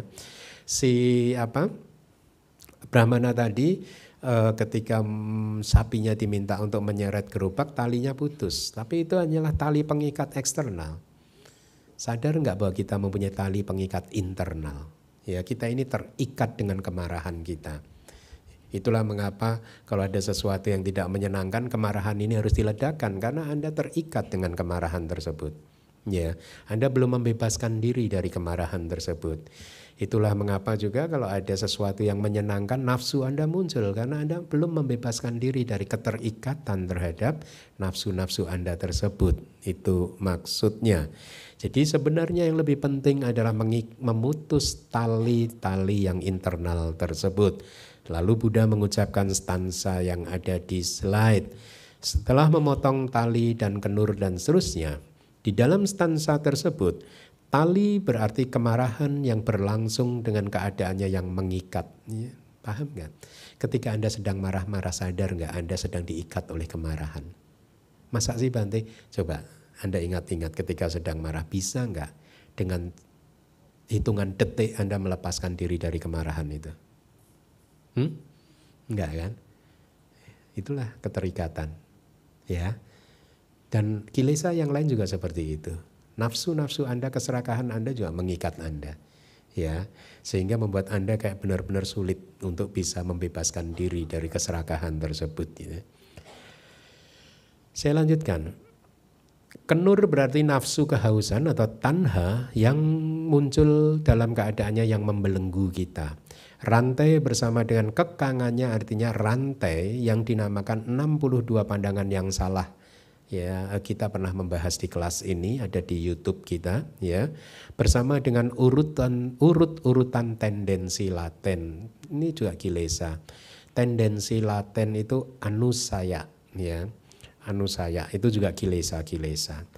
Apa sih yang dimaksud tendensi laten? Tendensi itu kan kecenderungan, laten itu tertidur. Kecenderungan Anda yang masih tertidur. Contoh, Anda saat ini kan gak marah-marah, nah? Tapi Anda masih punya kecenderungan untuk marah loh. Hanya saja saat ini kemarahan Anda masih tidur. Coba itu sebelah Anda colek Anda sedikit gitu, pasti langsung ular kobranya langsung mendongak langsung. Yang tidur bangun langsung kan. Itu yang dimaksud tendensi laten. Aku menyebut orang tersebut yang eksis setelah memotong semuanya ini tadi. Yang balok penghalangnya telah terangkat. Karena telah diangkatnya balok yang dinamakan awija atau ketidaktahuan. Dan yang telah merealisasi 4 kebenaran yang mulia. Karena telah direalisasinya 4 kebenaran mulia. Aku menyebut orang yang seperti itu sebagai Brahmana. Demikian arti stansa ini. Di akhir dari wejangan 500 rahib laki-laki bertegak di atas buah kearahantaan. Wejangan Dhamma menjadi bermanfaat bagi mereka yang telah hadir juga. Demikianlah cerita tentang 2 Brahmana yang merupakan cerita yang ke-15. Selanjutnya. Seseorang menahan penghinaan dan hantaman serta hukuman penjara tanpa menjadi marah. Aku menyebut orang yang memiliki kekuatan kesabaran dan pasukan yang kuat tersebut sebagai Brahmana. Ini juga bagus, ya. Sebenarnya ada paling tidak 2 cara untuk mengendalikan batin dari kemarahan. Yang satu adalah dengan pengendalian diri. Ya. Anda mengendalikan diri. Anda masih punya kemarahan, makanya Anda kendalikan kemarahan itu supaya tidak meledak. Yang kedua adalah dengan bermeditasi. Kalau Anda menjadi seorang anagami, maka dalam keadaan apapun, diganggu seperti apapun, masalah apapun yang muncul tidak akan pernah bisa membuat Anda marah. Kenapa? Karena anagami sudah menghancurkan kemarahan hingga ke akar-akarnya. Sehingga ketika dia menjadi anagami, Anda menjadi anagami, maka kemarahan sudah tidak akan pernah bisa muncul lagi di dalam batin Anda. Ya. Mereka yang kemarin Pak Baja dan meditasinya mulai berkembang juga mendapatkan manfaat dan mendapatkan pengetahuan yang cukup mendalam tentang bagaimana kualitas batin yang sudah dikembangkan seperti itu ternyata juga nggak bisa marah juga. Ya, sayangnya anicca. Setelah 1-2 jam marahannya muncul lagi. Ya paling tidak itu memberikan data kepada dia bahwa ternyata batin mereka bisa bersih seperti itu sehingga tidak terganggu dengan apapun. Ya, batinnya penuh metta, cinta kasih, penuh karuna, penuh kesabaran, ya, dan bisa melihat kehidupan ini dari sisi yang berbeda. Ya, Anda harus mengalami kualitas batin yang seperti itu. Ya. Nah, saya lanjutkan. Buddha menguraikan Dhammadesana ini saat sedang tinggal di Wihara Weluwana dengan mengacu kepada Akosaka Bharadwaja. Diceritakan bahwa Brahmani Dhananjani adalah seorang Sotapanna. Dia ini istrinya Bharadwaja yang merupakan saudara laki-laki dari Akosaka Bharadwaja yang ada di layar itu. Setelah bersin, batuk dan juga tersandung, Brahmani Dhananjani tersebut mengucapkan ungkapan yang penuh keagungan seperti Namo tassa bhagavato arahato sama sambuddha. Jadi kalau dia bersin, hacing Namo tassa bhagavato. Ya, batuk Namo tassa bhagavato arahato. Tersandung Namo tassa bhagavato. Enggak apa-apa, bagus juga. Sotapana kok dia kan. Ya. Nah, pada suatu hari ketika penyajian makanan kepada Brahmana sedang berlangsung, dia tersandung dan seketika mengucapkan Namo tassa bhagavato itu tadi. Brahmana marah dan berkata, dimanapun perempuan paria ini, paria itu adalah orang yang kastanya rendah banget, nggak punya kasta, ya paria itu, ya. Dimanapun perempuan paria ini tersandung, dia selalu mengucapkan pujian kepada pertapa gundul seperti itu terus menerus. Lalu dia berkata, sekarang wahai perempuan paria, saya akan pergi dan menyanggah ajaran guru kamu. Kemudian Brahmani tersebut berkata kepada Brahmananya, wahai Brahmana, pergilah. Saya tidak melihat kemungkinan itu, yaitu seseorang akan berhasil menyanggah ajaran Begawan. Bahkan setelah pergi, kamu boleh mengajukan pertanyaan kepada Begawan. Setelah pergi menemui Buddha dan dengan tanpa memberikan hormat, Brahmana tersebut yang berdiri di satu tempat yang sepatutnya mengajukan pertanyaan dengan mengucapkan melalui stansa yang ada di layar. Setelah memotong apa, seseorang hidup dengan nyaman. Setelah memotong apa, seseorang tidak bersedih. Wahai Gotama, Anda menyetujui kehancuran satu dhamma apa? Kemudian Buddha yang ingin menjelaskan pertanyaan Brahmana tersebut mengucapkan stansa yang ada di slide. Setelah memotong kemarahan, seseorang hidup dengan nyaman. Ini, kalau Anda jadi anagami, Anda akan merasakan kehidupan yang bebas dari kemarahan. Setelah memotong kemarahan, seseorang tidak bersedih. Kalau Anda sudah menghancurkan cetasika dosa, kebencian, maka Anda nggak bisa sedih lagi. Ya, wahai Brahmana, kemarahan memiliki akar yang berbisa dan puncak yang manis. Ini perumpamaan yang bagus. Ya, Anda kalau sedang marah merasakan kemarahan itu manis kan, Bante. Kalau saya sedang marah, kalau nggak saya ledakan stres, Bante. Makanya mending saya ledakan terus aja, baru saya puas, Bante. Itulah karena kemarahan memiliki ujungnya yang manis, puncaknya yang manis. Tapi Anda sadar nggak bahwa akar dari kemarahan itu beracun? Karena bisa membuat Anda lahir di neraka. Ya, alam semesta ini adil. Kalau Anda hobinya marah-marah, Anda nggak bisa berharap lahir di surga. Kalau orang yang suka marah-marah lahir di surga, surga nggak aman. Nggak mungkin. Orang yang marah-marah supaya hobinya bisa tersalurkan, dia harus hidup di lingkungan di mana dia bisa marah-marah terus. Di mana itu? Neraka lah. Ya, kalau Anda hobinya marah-marah, jangan khawatir. Setelah kehidupan ini, hukum karma akan memberikan kesempatan pada Anda supaya hobi Anda bisa tersalurkan detik demi detik tanpa putus. Yaitu di neraka, kebakar terus Anda. Silahkan marah-marah di sana, nikmati hobi Anda itu di sana. Setelah memotong kemarahan, jadi kemarahan memiliki akar yang berbisa dan puncak yang manis. Orang-orang yang mulia memuji kehancuran kemarahan karena setelah memotong kemarahan tersebut, seseorang tidak bersedih. Setelah dia menjadi percaya kepada Buddha, akhirnya dia minta ditahbiskan menjadi biku dan akhirnya mencapai buah kearahantaan. Kemudian Akosaka Bharadwaja yang merupakan adik dari Brahmana tersebut mendengar kabarnya kakak saya telah menjadi biku. Dia marah lalu pergi dan mencaci Buddha dengan kata-kata yang kasar dan tidak sopan. Dengan perumpamaan dana, makanan kasar dan lain-lain kepada para tamu, Buddha membuatnya yakin. Jadi begini, ini perumpamaan.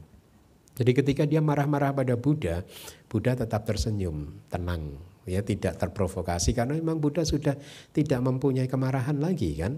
Ya, akhirnya Buddha memberi perumpamaan pada Brahmana. Brahmana, seandainya ada tamu di rumah kamu, terus kamu memberikan dana makanan memberikan makanan kepada tamu tersebut, tapi tamu itu enggak mau menerima makanan kamu, Karena sudah kenyang, apa yang kamu lakukan dengan makanan tersebut? Ya saya makan sendiri Bante. Nah itulah, sekarang makanan kemarahan kamu saya nggak terima. Udah silahkan makan sendiri. Ya kira-kira begitu. Jadi kemarahannya dimakan sendiri sama si Brahmana tadi. Bagus ya. Nah, akhirnya Buddha berhasil membuat dia yakin, dan setelah dia percaya pada Buddha, dia juga menjadi rahib laki-laki dan mencapai buah kearahantaan juga. Yang lainnya dua adik laki-laki dia, yaitu Sundarika Bharadwaja dan Bilingga Bharadwaja, juga mencaci Buddha. Ketika telah ditundukkan oleh Buddha, sama, mereka jadi biku juga dan jadi arahanta. Kalau saya nggak pernah berhasil kayak tadi kan. Anak muda ayo pakai jubah, nggak mau, nggak pernah. Saya ini biku misionaris yang gagal. Pada suatu hari para rahib laki-laki mengangkat percakapan di aula Dhamma. Wahai teman-teman, sungguh menakjubkan kualitas-kualitas Buddha.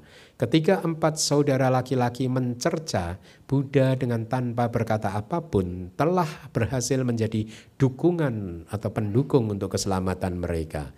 Buddha datang dan bertanya, wahai para rahib laki-laki, untuk percakapan apa kalian telah duduk bersama-sama di sini saat ini? Apakah sesungguhnya percakapan di antara kalian yang terputus? Ketika dijawab, kami bercakap-cakap tentang ini, wahai Bante. Buddha lalu berkata, wahai para rahib laki-laki, karena dilengkapi dengan kekuatan kesabaranku, aku yang tidak marah terhadap mereka yang marah telah menjadi dukungan untuk keselamatan bagi masyarakat pada umumnya. Lalu Buddha mengucapkan stansa yang ada di layar.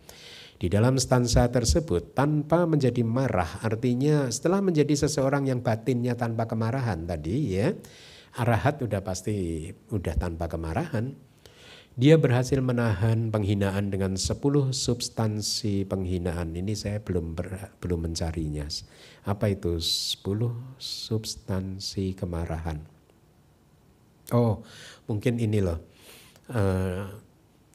Dia sedang menyakiti saya. Dia dulu pernah menyakiti saya. Dia ini kayaknya nanti mau menyakiti saya. Sering kan Anda marah dengan berpikir Anda jadi dukun. Ini kayaknya orang ini mau merugikan saya nih kayaknya nih. Anda udah marah duluan, ya enggak sih? Terus yang keempat adalah, dia ini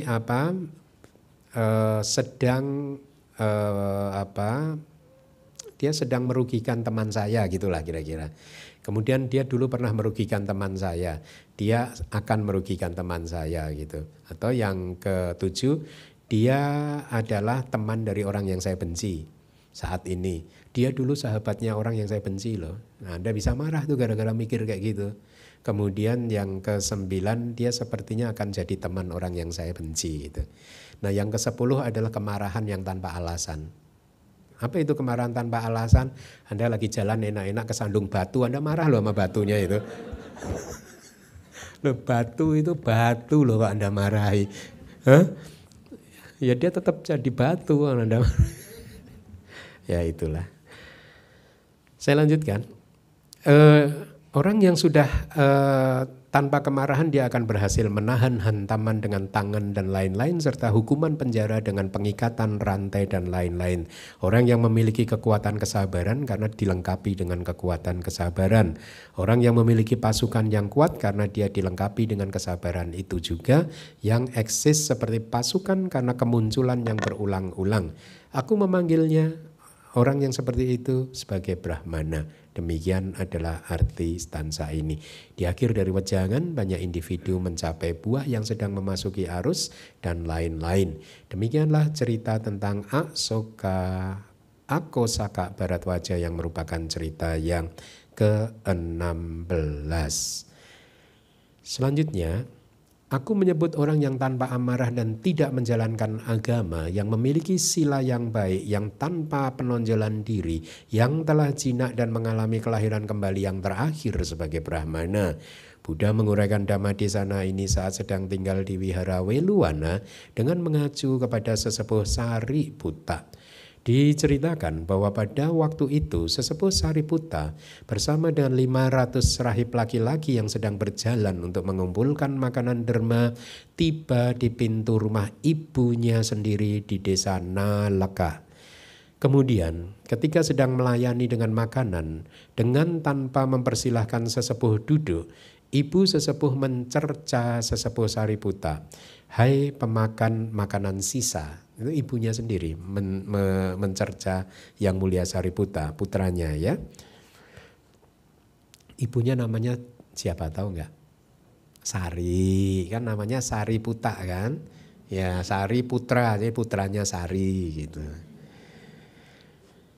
"Hai pemakan makanan sisa, setelah tidak mendapatkan bubur nasi yang tersisa, kamu meninggalkan keduniawian dengan membuang kekayaan sebesar 80 koti, berarti 80 kali 10 juta. Hanya untuk makan bubur nasi yang dikeruk dengan menggunakan sebuah sendok di antara rumah orang-orang." Jadi mencerca, kamu meninggalkan kekayaan kamu, warisan keluarga hanya untuk jadi pengemis seperti ini. Itu bahasa lainnya kira-kira begitu. "Saya benar-benar hancur karena kamu." Gitu. Nah ini juga pandangan salah, mana ada. Kalau Anda hancur ya Anda hancur karena Anda, bukan karena orang lain.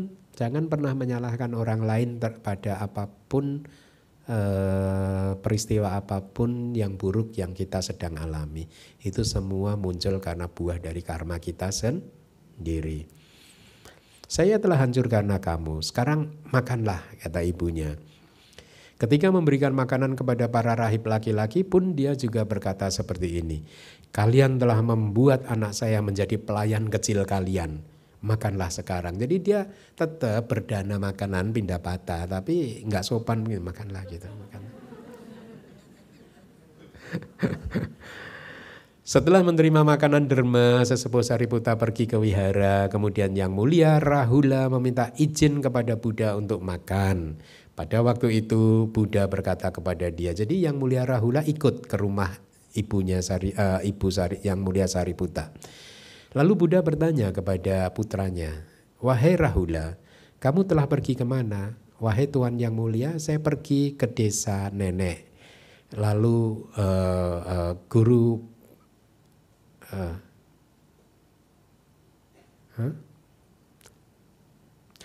Buddha lalu berkata, "Lalu guru penahbis kamu," guru penahbisnya yang mulia Sariputta, "dikatakan seperti apa oleh nenek?" Jadi nenekmu ngata-ngatain apa kepada guru penahbis kamu? Dan dijawab, "Wahai Tuan yang mulia, guru penahbis atau guru pembimbing saya dicerca oleh nenek." "Oh, dengan berkata apa?" kata Buddha. "Wahai Bante, dengan berkata begini-begini seperti yang tadi." Ya. "Lalu apa yang dikatakan oleh guru pembimbing kamu?" Apa jawab yang mulia Sariputta? Dijawab oleh yang mulia Rahula, "Beliau tidak berkata apa-apa, wahai Tuan yang mulia." Setelah mendengar cerita tersebut, para rahib laki-laki mengangkat percakapan di aula Dhamma seperti ini. "Wahai teman-teman, kualitas-kualitas sesepuh Sariputta benar-benar menakjubkan. Ketika dicerca oleh ibunya seperti itu, beliau tidak menjadi marah sedikit pun."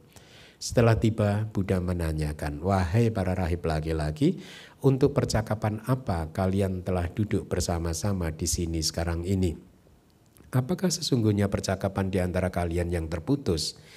Ketika dikatakan seperti ini, "Kami bercakap-cakap tentang ini." Lalu Buddha berkata, "Wahai para rahib laki-laki, yang namanya para arahanta adalah orang-orang yang tidak memiliki kemarahan." Lalu Buddha mengucapkan stansa yang ada di slide. "Aku menyebut orang yang tanpa amarah dan seterusnya." Orang yang taat menjalankan agama artinya orang yang dilengkapi dengan sumpah untuk melakukan praktek asketik yang keras, dutangga. Ya, sumpah itu artinya adidana aja sih, tekad aja.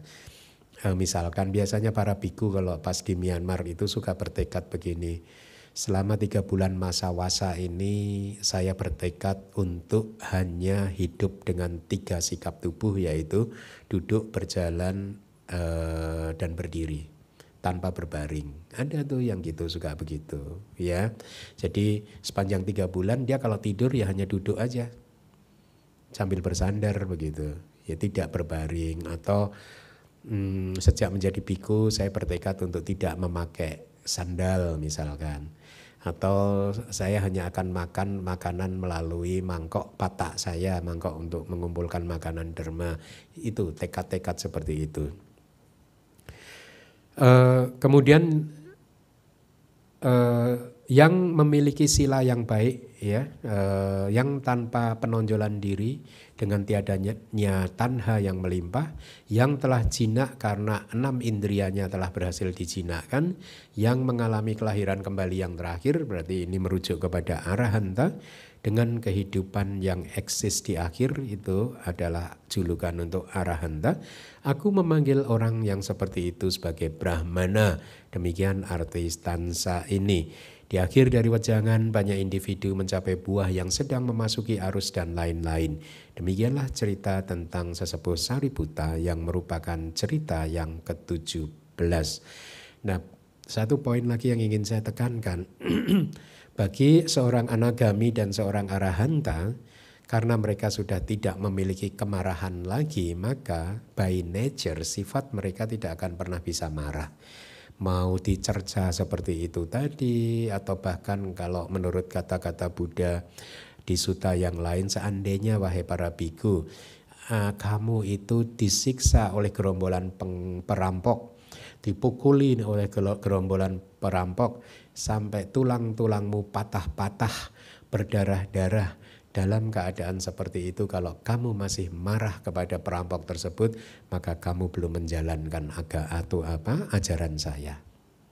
Ya, jadi yang ingin saya sampaikan adalah sebenarnya ketika batin Anda sudah bersih, bahkan pada saat Anda belum berhasil memotong kemarahan tersebut, tetapi batin Anda sudah berhasil Anda latih dengan baik, sehingga sering memunculkan maha kusala cita atau batin yang baik, yang besar, maka dan dengan batin yang seperti itu pun Anda nggak akan pernah bisa marah.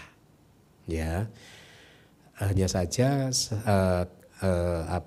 seperti kata Buddha, sabi sangkara anicca, segala sesuatu yang berkondisi itu tidak kekal.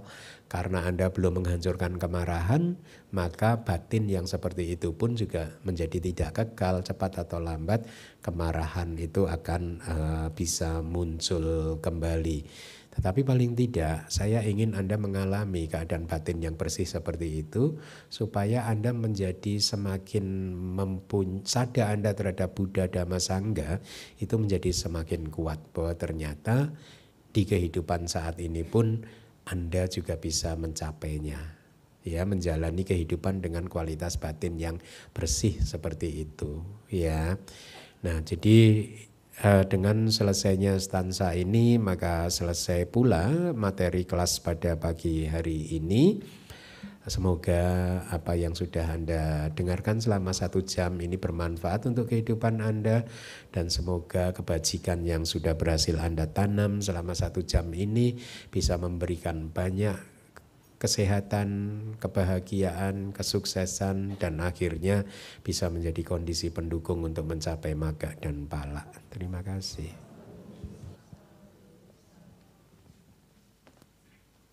Sadu, sadu, sadu. Anumodana Bante atas Dhamma Desana yang telah disampaikan kepada kami. Semoga kami semua mendapatkan manfaat terbaik dari pendengaran Dhamma ini. Bagi Kalyanamita yang membutuhkan slide kelas PS, dapat mengunduhnya di website DBS di www.dhammawihari.or.id. Selanjutnya kita akan memasuki sesi tanya jawab. Izinkan kami untuk menyampaikan tata tertib sesi tanya jawab. Bagi Kalyanamita yang berada di ruang Dhammasala, silahkan mengacungkan tangan untuk bertanya atau klik tanda raise hand bagi Kalyanamita yang bergabung pada Zoom meeting. Harap penanya memperkenalkan diri dengan menyebutkan nama dan domisili. Harap mengajukan 1 pertanyaan terlebih dahulu secara ringkas namun jelas yang berkenaan dengan topik hari ini. Karena keterbatasan waktu, maka tidak semua penanya berkesempatan mendapatkan giliran bertanya, kami mohon maklum. Baiklah, kesempatan bertanya kami berikan kepada Kalyanamita yang boleh yang di depan dulu.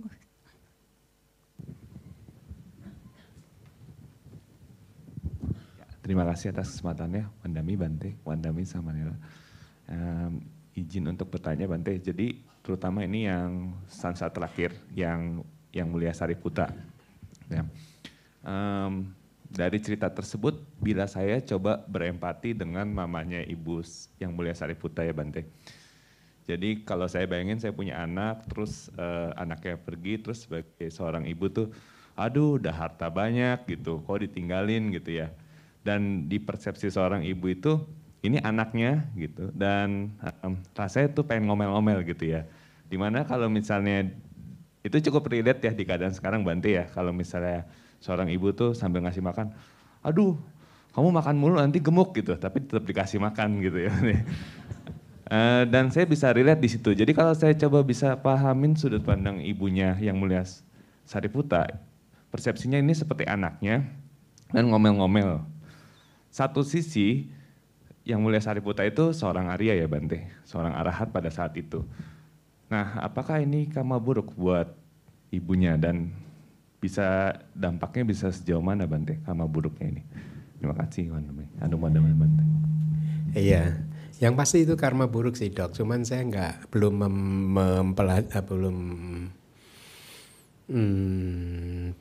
belum pernah bahkan mendengar cerita lengkap dari akhirnya ibunya yang Mulia Sariputa itu bagaimana begitu. Ya, menarik sih pertanyaannya. Kayaknya saya belum pernah deh baca sejarah hidupnya ibu dari Yang Mulia Sariputa. Ya, tapi kalau dikatakan bahwa itu karma buruk, ya mungkin saya ralat. Belum tentu juga karma buruk. Ya, belum tentu juga karma buruk. Kan kita juga punya contoh kan parusa waca. Ingat ya ucapan yang kasar. Seorang ibu marah pada anaknya karena anaknya main ke hutan terus itu kan. Dan dia sumpahin kan, kalau siang ini kamu masuk hutan lagi biar mama sumpahin kamu diseruduk kerbau atau apa itu, bandeng atau apa itu gitu ya. Dan itu tidak termasuk ucapan yang kasar karena hatinya itu mempunyai meta terhadap anaknya sebenarnya. Dan dia hanya ingin anaknya itu selamat sebenarnya. Dia tidak benar-benar menginginkan anaknya celaka. Bisa jadi juga tadi seperti itu, tapi ya itu spekulatif ya. Saya nggak bisa memastikannya sih. Ya coba nanti saya kalau pas ketemu ya Dok ya saya sampaikan ya. Ya. Anumodana Bante. Terima kasih. Sadu, sadu, sadu. Terima kasih Bante atas penjelasannya. Berikutnya kesempatan bertanya akan kami berikan kepada penanya yang telah bergabung lewat aplikasi Zoom. Kepada Bapak Suryanto kami persilahkan.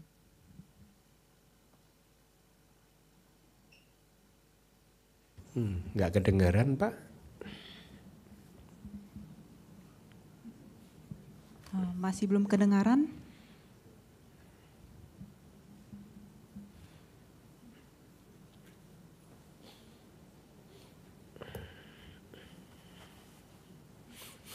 Iya, belum dengar Pak.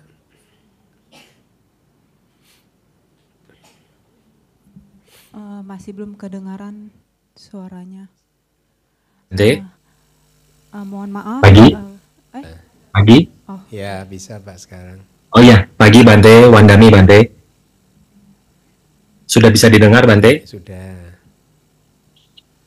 Sudah Pak.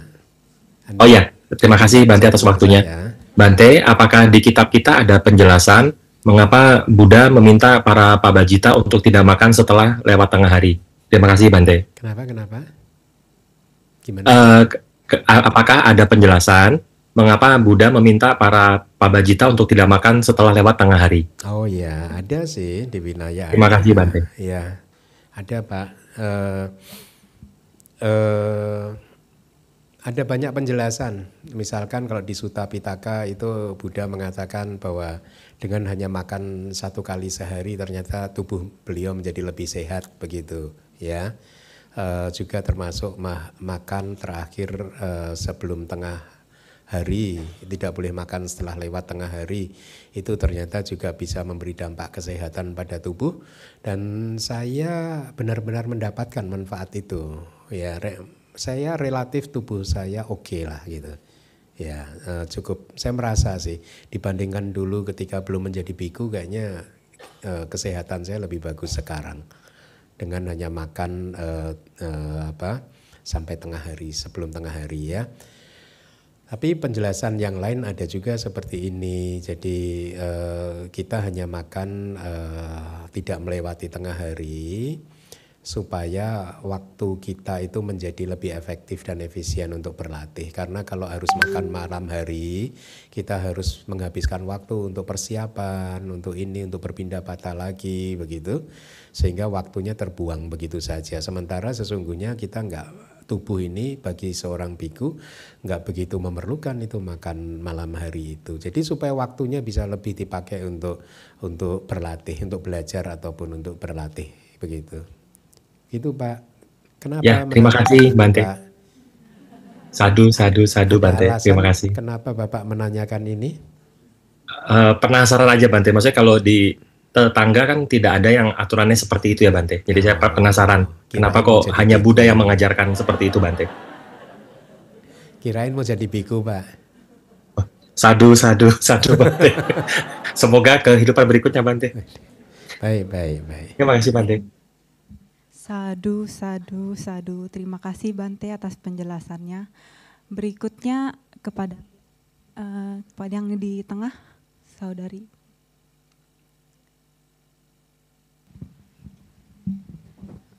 Wandami Bante, nama saya Jennifer, domisili Jakarta. Saya ingin bertanya, tapi ada fenomena yang cukup, anak zaman sekarang termasuk saya tuh sering menggunakan suatu istilah namanya delulu alias berdelusi, dan banyak anak sekarang yang ngomong istilah apa? Delulu. Itu tuh istilah anak sekarang untuk berdelusi, dan mereka tuh sering beraspirasi bilang, saya berharap delulu saya tuh menjadi kenyataan gitu. Atau bahkan ada teman saya yang masih berpandangan salah, Jen, saya capek hidup jadi manusia kerja terus, kenapa ya pengen jadi binatang aja deh, kucing peliharaan hidupnya lebih mulia gitu. Jadi tuh saya tahu tuh pandangan salah, dan teman saya ini kebetulan juga beragama non-Buddhis ya. Gimana ya Bante cara membuat teman-teman saya tuh nggak berpandangan salah gitu loh, tapi pada saat yang sama saya juga nggak mau terkesannya mentang-mentang iya saya kan Buddhis, saya nggak mau merasa saya tuh lebih tinggi dari mereka hanya karena udah menemukan agama ini di kehidupan saya. Terus kalau teman-teman saya nanya, Jen, kok kamu sekarang udah lagi nggak begitu panikan? Jujur sih saya sejak belajar Abhidhamma saya lebih bisa meregulasi batin dengan baik meskipun bapaknya belum jauh.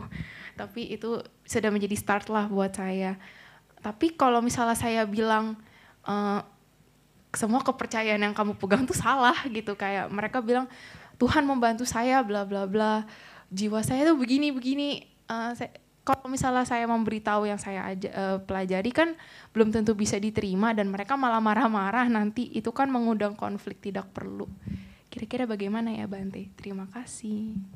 Ya, kalau yang dihadapi orang yang berkeyakinan lain ya agak sulit sih. Ya, kalau mau disanggah ngajak berantem itu namanya. Ya sulit. Ya sudah, paling tidak Jennifer merenung aja. Saya bersyukur bahwa saya tidak menjadi seperti dia gitu kan. Kalau udah wilayahnya udah beda wilayah begitu agak sulit sih. Nggak akan ketemu, daripada pertemanannya rusak ya sudahlah gitu. Ya kita nggak akan, kecuali dia bertanya ya. Kecuali dia bertanya dan pengen tahu tentang ajaran Buddha, itu baru kita menjelaskan.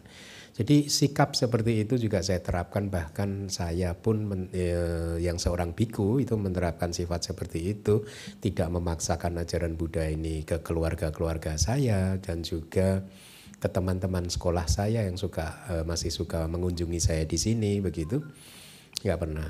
Kecuali mereka bertanya, kalau enggak saya sadar ini ada teritori yang saya nggak boleh lewati begitu. Ya, jadi ya sudah, Jennifer tidak perlu merasa ini itu, cukup merenung saja bahwa Jennifer bersyukur tidak mempunyai pandangan yang seperti dia dan saat ini sudah bisa mengenal ajaran Buddha. Tetapi sebenarnya yang lebih penting lagi adalah tidak hanya berhenti pada tahapan Jennifer beragama Buddha saja, tetapi juga harus lebih serius lagi untuk mengikuti apa yang diajarkan oleh Buddha, ya. Dana, sila, bawana itu mulai dipraktekkan lebih tekun lagi, itu yang lebih penting, gitu. Ya, oke. Sadu, sadu, sadu. Terima kasih Bante atas penjelasannya. Berikutnya kita akan beralih kepada penanya yang berada di aplikasi Zoom, kepada Saudari Yulianti, kami persilahkan. Selamat pagi Wandami, Bante. Iya.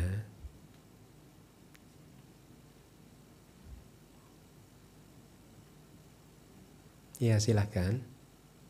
Ya, Bante, terkait tadi pertanyaan Pati Dana ya. Penjelasan tentang Pati Dana, saya mau bertanya Bante, terkait kalau saya biasanya melakukan pelimpahan jasa, saya selalu menyebut leluhur saya atau entah siapa yang pernah berikat karma dengan saya selalu menyebut semoga mereka berbahagia dimanapun mereka berada. Boleh nggak Bante untuk penjelasan sebaiknya apa yang kita lakukan untuk membantu keluarga kita yang pernah terhubung, yang kita nggak tahu sekarang di mana, agar kita tuh masih mengingat mereka dimanapun mereka berada. Itu aja sih yang saya mau tanyakan Bante. Terima kasih. Yang sudah meninggal ya? Iya, sudah meninggal. Memang pelimpahan jasa bisa yang untuk tidak masih hidup Bante? Maksudnya di sini saya juga minta penjelasan juga, apakah hanya untuk orang yang meninggal ataukah yang masih hidup kita bisa bantu melakukan pelimpahan jasa juga ya? Iya, sebenarnya kan masih belum jelas. Kenapa?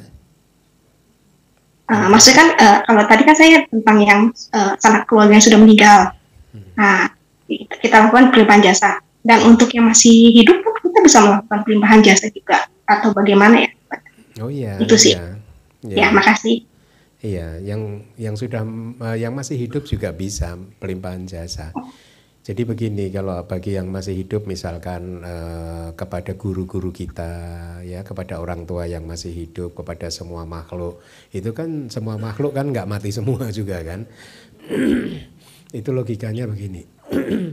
Seandainya kita melakukan pelimpahan jasa ini kan termasuk tanda bahwa kita punya meta dan karuna terhadap objek yang akan kita danakan kebajikan tersebut, ya. Kalau orang tua kita yang masih hidup mendengarnya, mereka akan merasa berbahagia gitu. Dan perasaan bahagia bersukacita itu sendiri adalah kebajikan. Jadi mereka mendapatkan kebajikan juga ketika mereka mengucapkan terima kasih gitu. Itu pun juga satu kebajikan bagi dia. Yang manfaatnya hanya sejauh itu, tetapi paling tidak kan pelimpahan jasa itu membuat kondisi batin orang yang masih hidup yang mendengar kita melakukan pemberian jasa kebajikan kepada mereka dan mereka ikut senang atas apa yang kita lakukan. Paling tidak kita mengkondisikan batin mereka untuk menjadi kusala kan, menjadi batin yang baik itu. Ya, jadi itu. Jadi kalau ingin mengetahui tentang Pati Dana, Anda bisa dengarkan di 2 Owada di Instagram HDBS, saya sudah menyampaikannya ya. Ya intinya pertama Anda harus melakukan kebajikan terlebih dahulu ya. Karena kan istilah Pati Dana itu kan dana kebajikan. Kalau Anda belum melakukan kebajikan kok mau dana kebajikan, nah kebajikan yang mana yang mau didanakan ya. Jadi Anda harus melakukan kebajikan terlebih dahulu. Kemudian kalau Anda mau memberikannya kepada orang tua yang sudah meninggal, maka disarankan Anda mengingat-ingat terlebih dahulu perbuatan baik mereka seperti yang tadi sudah saya sampaikan di pembahasan materi hari ini. Ya, Anda ingat-ingat terlebih dahulu supaya hati Anda menjadi lebih damai ya, lebih motivasinya juga menjadi lebih kuat gitu untuk melakukan kebajikan. Setelah mengingat-ingat tersebut, kemudian Anda baru lakukan pelimpahan jasa kepada mendiang. Ada banyak cara untuk melakukan pelimpahan jasa. Yang satu secara umum saja, yaitu saya bagikan, semoga semua makhluk bisa mendapatkan bagian kebajikan dari apa yang sudah saya lakukan ini. Jadi secara umum kepada semua makhluk Atau secara spesifik Anda sebutkan kepada orang tua saya, guru saya misalkan. Begitu ya. Anda ucapkan, kalau bisa Anda ucapkan secara verbal. Ya, tapi kalau tidak bisa juga di dalam hati, tidak apa-apa, tapi lebih disarankan secara verbal. Bahkan guru-guru di Myanmar juga ada yang mengajarkan seperti ini. Katakan, semoga almarhum A bisa melihat bahwa kami saat ini sedang melakukan kebajikan dan akan membagikannya kepada almarhum. Semoga Anda bisa juga mendengar dan mengetahui bahwa kami sekeluarga sedang melakukan kebajikan ini. Dan semoga almarhum A bisa mengucapkan sadu atas kebajikan yang kami lakukan ini. Begitu, ada yang sayadaw di Myanmar mengajarkan seperti itu. Anda boleh tiru itu juga gitu. Jadi prosesinya seperti itu. Ada juga yang dengan menuangkan air. Ya, penuangan air dituangkan pelan-pelan. Itu praktek-praktek patik dana yang biasa dilakukan di negeri-negeri Buddhis gitu. Ya, jadi prinsipnya begitu. Anda lakukan kebajikan, kemudian Anda sebutkan kebajikan ini akan ditujukan kepada siapa. Begitu saja.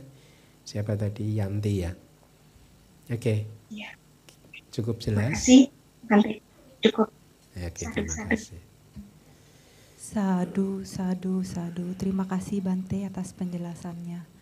Selanjutnya kita memberikan kesempatan ya kepada yang di belakang dulu kali ya. Ya.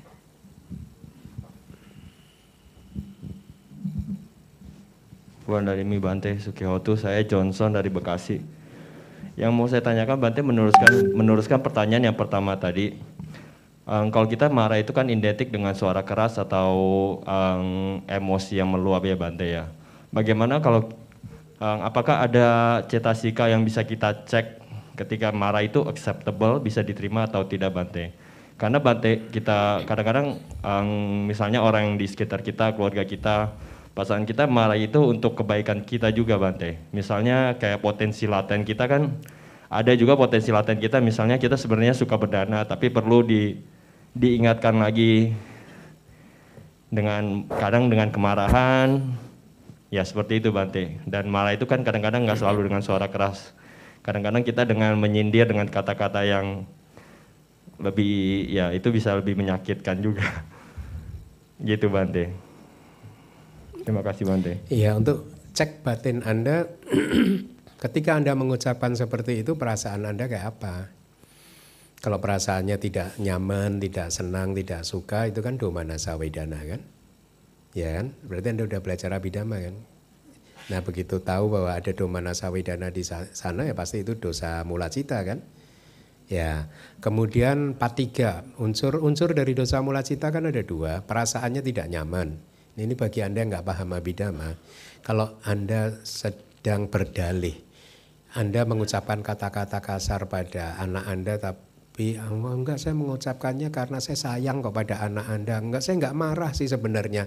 Nah Anda cek, benar enggak Anda enggak marah beneran atau Anda membohongi diri sendiri. Ciri-ciri kalau cetasika atau faktor mental atau energi batin kemarahan, kebencian muncul itu ada dua. Satu, domanasa wedana, itu perasaan yang tidak nyaman. Perasaan enggak enak begitu. Nah itu udah pasti itu akusala, tidak baik. Ya, itu dosa mula cita. Kemudian yang kedua patiga. Patiga itu antipati.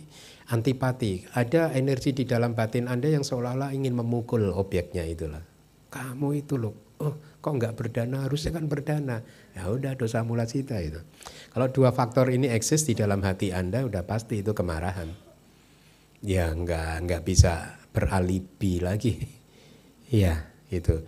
Dan memang bisa dengan kata-kata yang halus kan, di Abhidhamma udah diberikan contoh kan, seorang raja memberi perintah kepada algojonya atau apa ya, tolong penjahat ini ditidurkan dengan nyaman gitu. Kata-katanya halus tapi itu kemarahan ya, atau mungkin kalau istilah Indonesia, tolong penjahat ini disukabumikan. Suka bumi, suka sama bumi. ya itu kata-katanya halus tapi dia marah. Begitu ya Johnson ya. Oke, baik. Sadu, sadu, sadu. Terima kasih Bante atas penjelasannya. Berikutnya kita akan beralih kepada penanya yang berada di ruang aplikasi Zoom. Kepada Saudara Yiwen, kami persilahkan.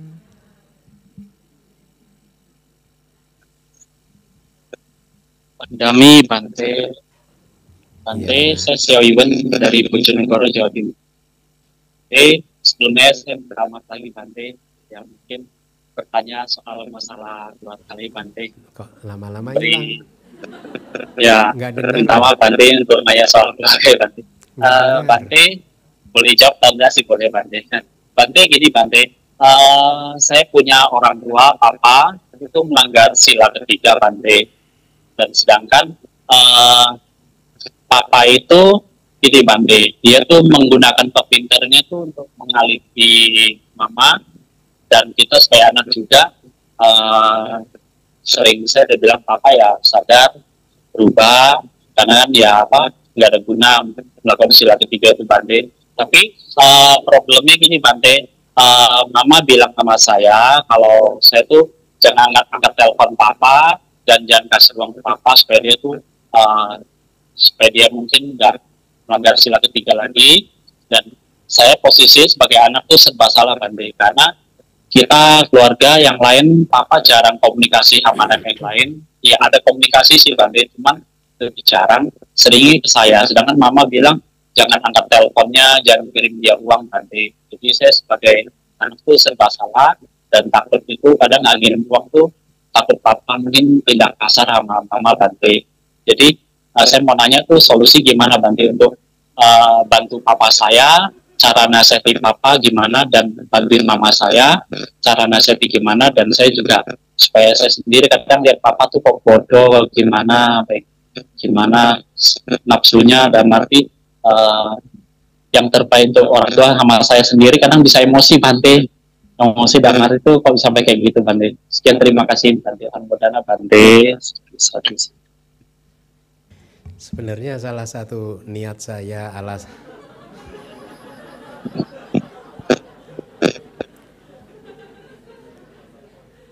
saya punya banyak alasan jadi biku. Salah satu alasan saya jadi biku dulu nggak mau pusing mikirin keluarga gitu, itu konflik gitu kan. Ternyata nggak bisa juga ya. Mohon maaf. Konflik keluarga orang dibuang ke saya semua. Maaf Bante. Ini bagus lagi kalau papanya Iwan pas nonton juga, ini bagus ini. Nggak apa-apa Iwan, nggak apa-apa sih, saya terima sih pertanyaan itu.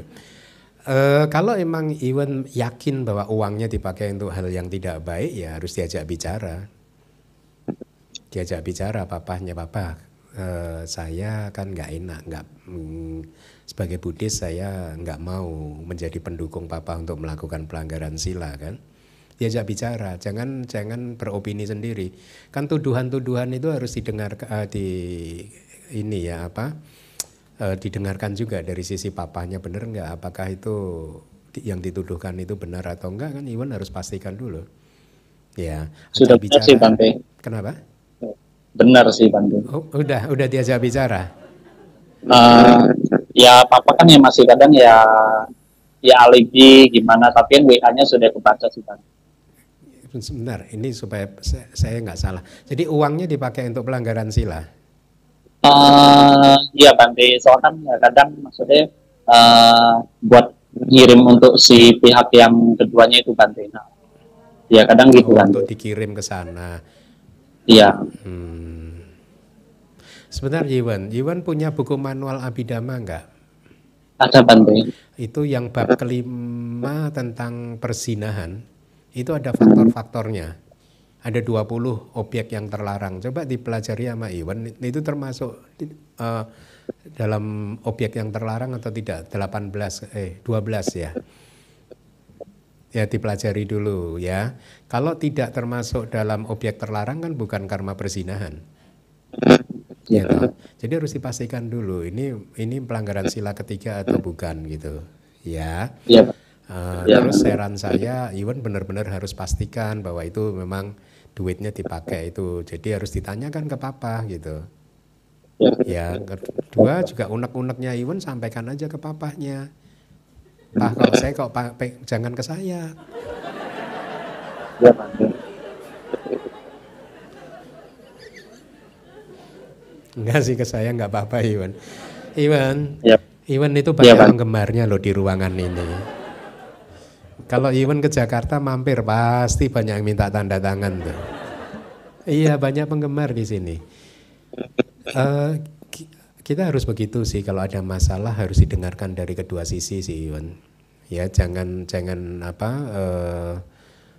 hidup dalam opini-opini kita sendiri gitu, karena opini kita bisa jadi keliru juga kan. Dengarkan, mungkin tanyakan baik-baik ke papa.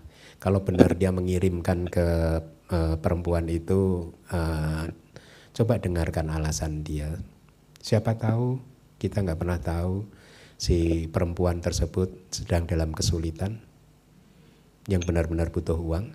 Siapa tahu, papa mungkin punya alasan yang out of compassion, atas dasar belas kasihan, ingin menolong perempuan itu. Kita nggak pernah tahu. Iwan nggak pernah tahu kalau nggak pernah menanyakannya. Seandainya benar bahwa papa ingin menolong perempuan itu dan Iwan men-stop bantuannya, apakah nggak menyesal nanti juga? Iya nggak sih? Jadi pastikan dulu saja Iwan, ya. Jangan a priori dulu, jangan, ya. Tanyakan sedetail-detailnya alasannya apa. Kalau sudah jelas bahwa alasannya tidak baik, Iwan sampaikan juga kepada papa. Pak, saya kan nggak enak ya, begini begitu begini. Sampaikan aja gitu. Ya, jadi itu lebih baik. Selalulah menyelesaikan masalah dengan menggunakan atas dasar meta dan karuna. Ya. Jangan menyelesaikan masalah ketika batinnya Iwan sedang dipengaruhi oleh kilesa, karena kilesa-kilesa tersebut selalu tidak objektif. Kalau Iwan sedang bernafsu pada seseorang, maka orang tersebut pasti baik semua 100%. Sebaliknya kalau Iwan sedang marah pada orang tersebut, orang itu akan jadi buruk 100%. Jadi kilesa tidak akan pernah objektif. Jadi selesaikan masalah dengan hati yang damai dan selalu fokus pada solusi, bukan pada masalah. Ya, semua harus dibicarakan dengan baik-baik. Siapa tahu papa punya alasan yang Iwan nggak tahu, toh? Itu ya, Iwan ya. Saya rasa itu jawaban saya. Ya, oke. Sadu, sadu, sadu. Terima kasih Bante atas penjelasannya. Pertanyaan tadi merupakan pertanyaan terakhir yang menutup sesi tanya jawab kita pada pagi hari ini. Sekali lagi anumodana Bante atas penjelasan Dhammapada Stansa 395 hingga 400 yang telah disampaikan kepada kami. Semoga kami semua mendapatkan manfaat yang terbaik dari mendengarkan Dhammadesana ini. Bante mohon berkenan untuk memberikan kesempatan kepada kami untuk membacakan pengumuman dan berdana parami sebelum memohon pelimpahan jasa. Kalyamita berikut adalah beberapa pengumuman.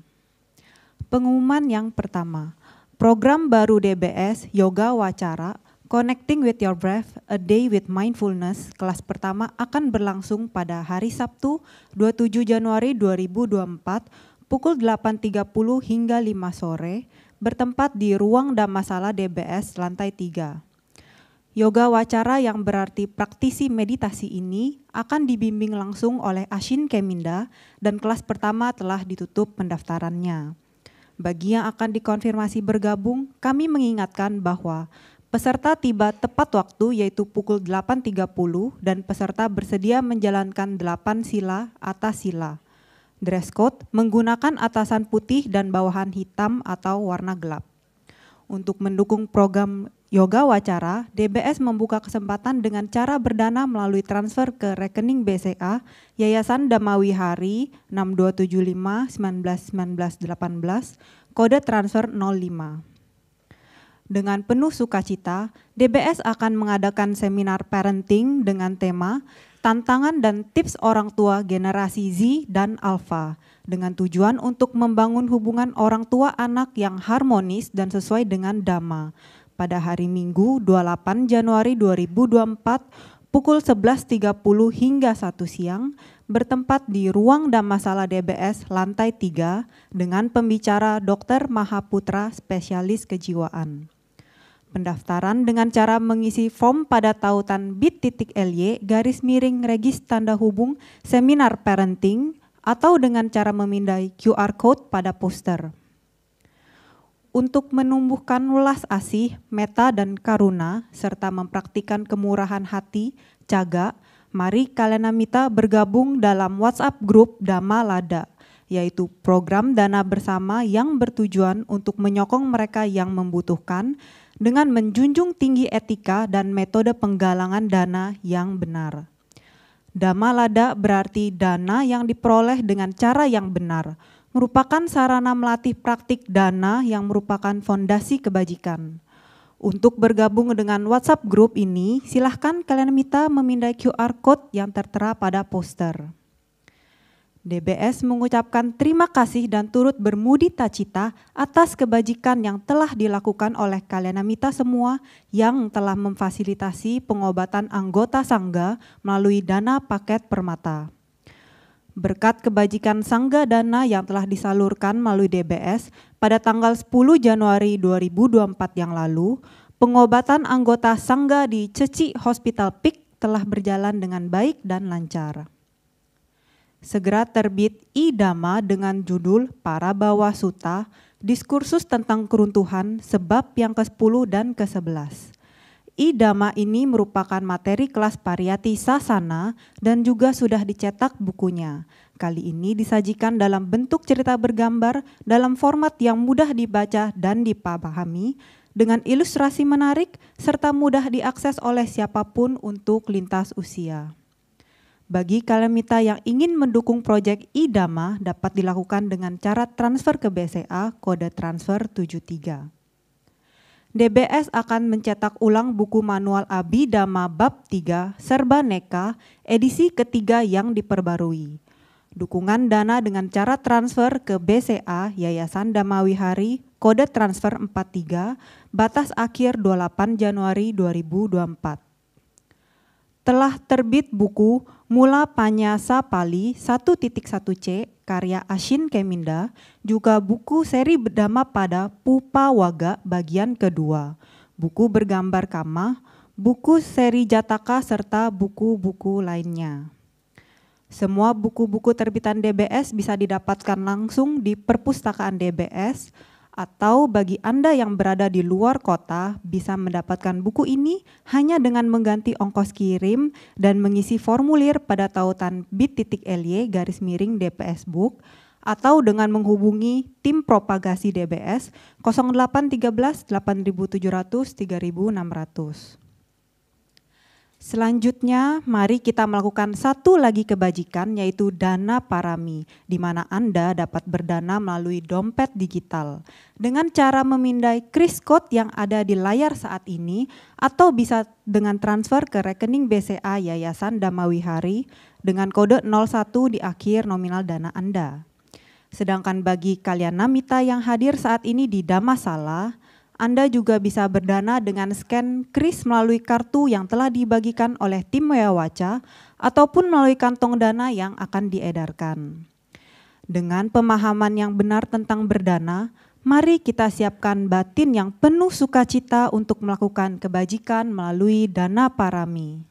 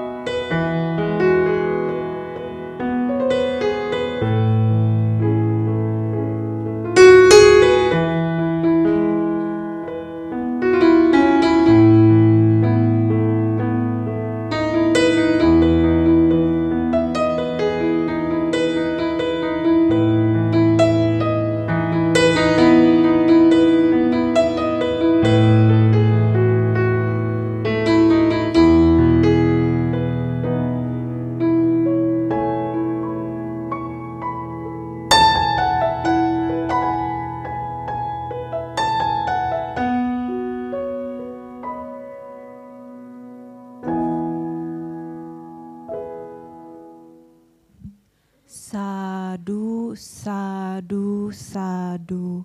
Anumodana kami ucapkan kepada Kalyanamita semua. Selanjutnya, mohon kiranya Bante berkenan untuk membimbing kita semua untuk melakukan pelimpahan jasa atas semua bentuk kebajikan yang telah kita lakukan pada hari ini. Mari kita semua beranjali kepada Bante, kami persilahkan. Baik, ikuti saya.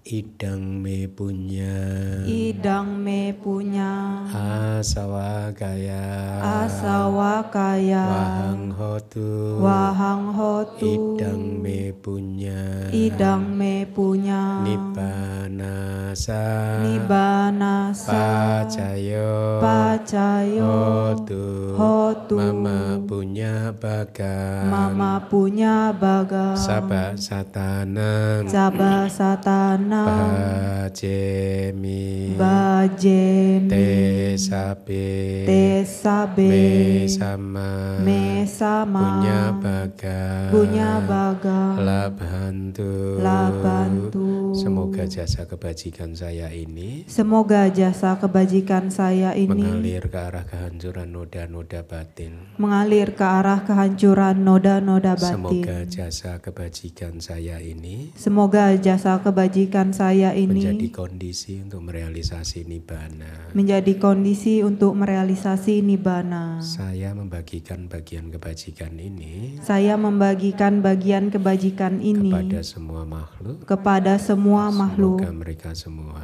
semoga mereka semua mendapatkan bagian kebajikan, mendapatkan bagian kebajikan yang sama dengan saya. yang sama dengan saya. Sadu, Sadu, sadu. sadu, sadu. Terima kasih Bante atas Dhamma Desana dan bimbingan Bante pagi ini.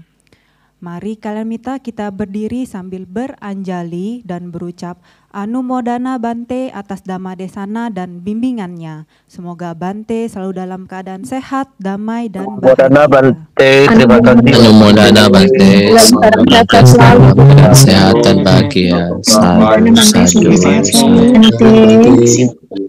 sadu. Dan hari ini dalam sehat-sehat selalu. Bante, sehat selalu. Terima kasih Bante, Anumodana.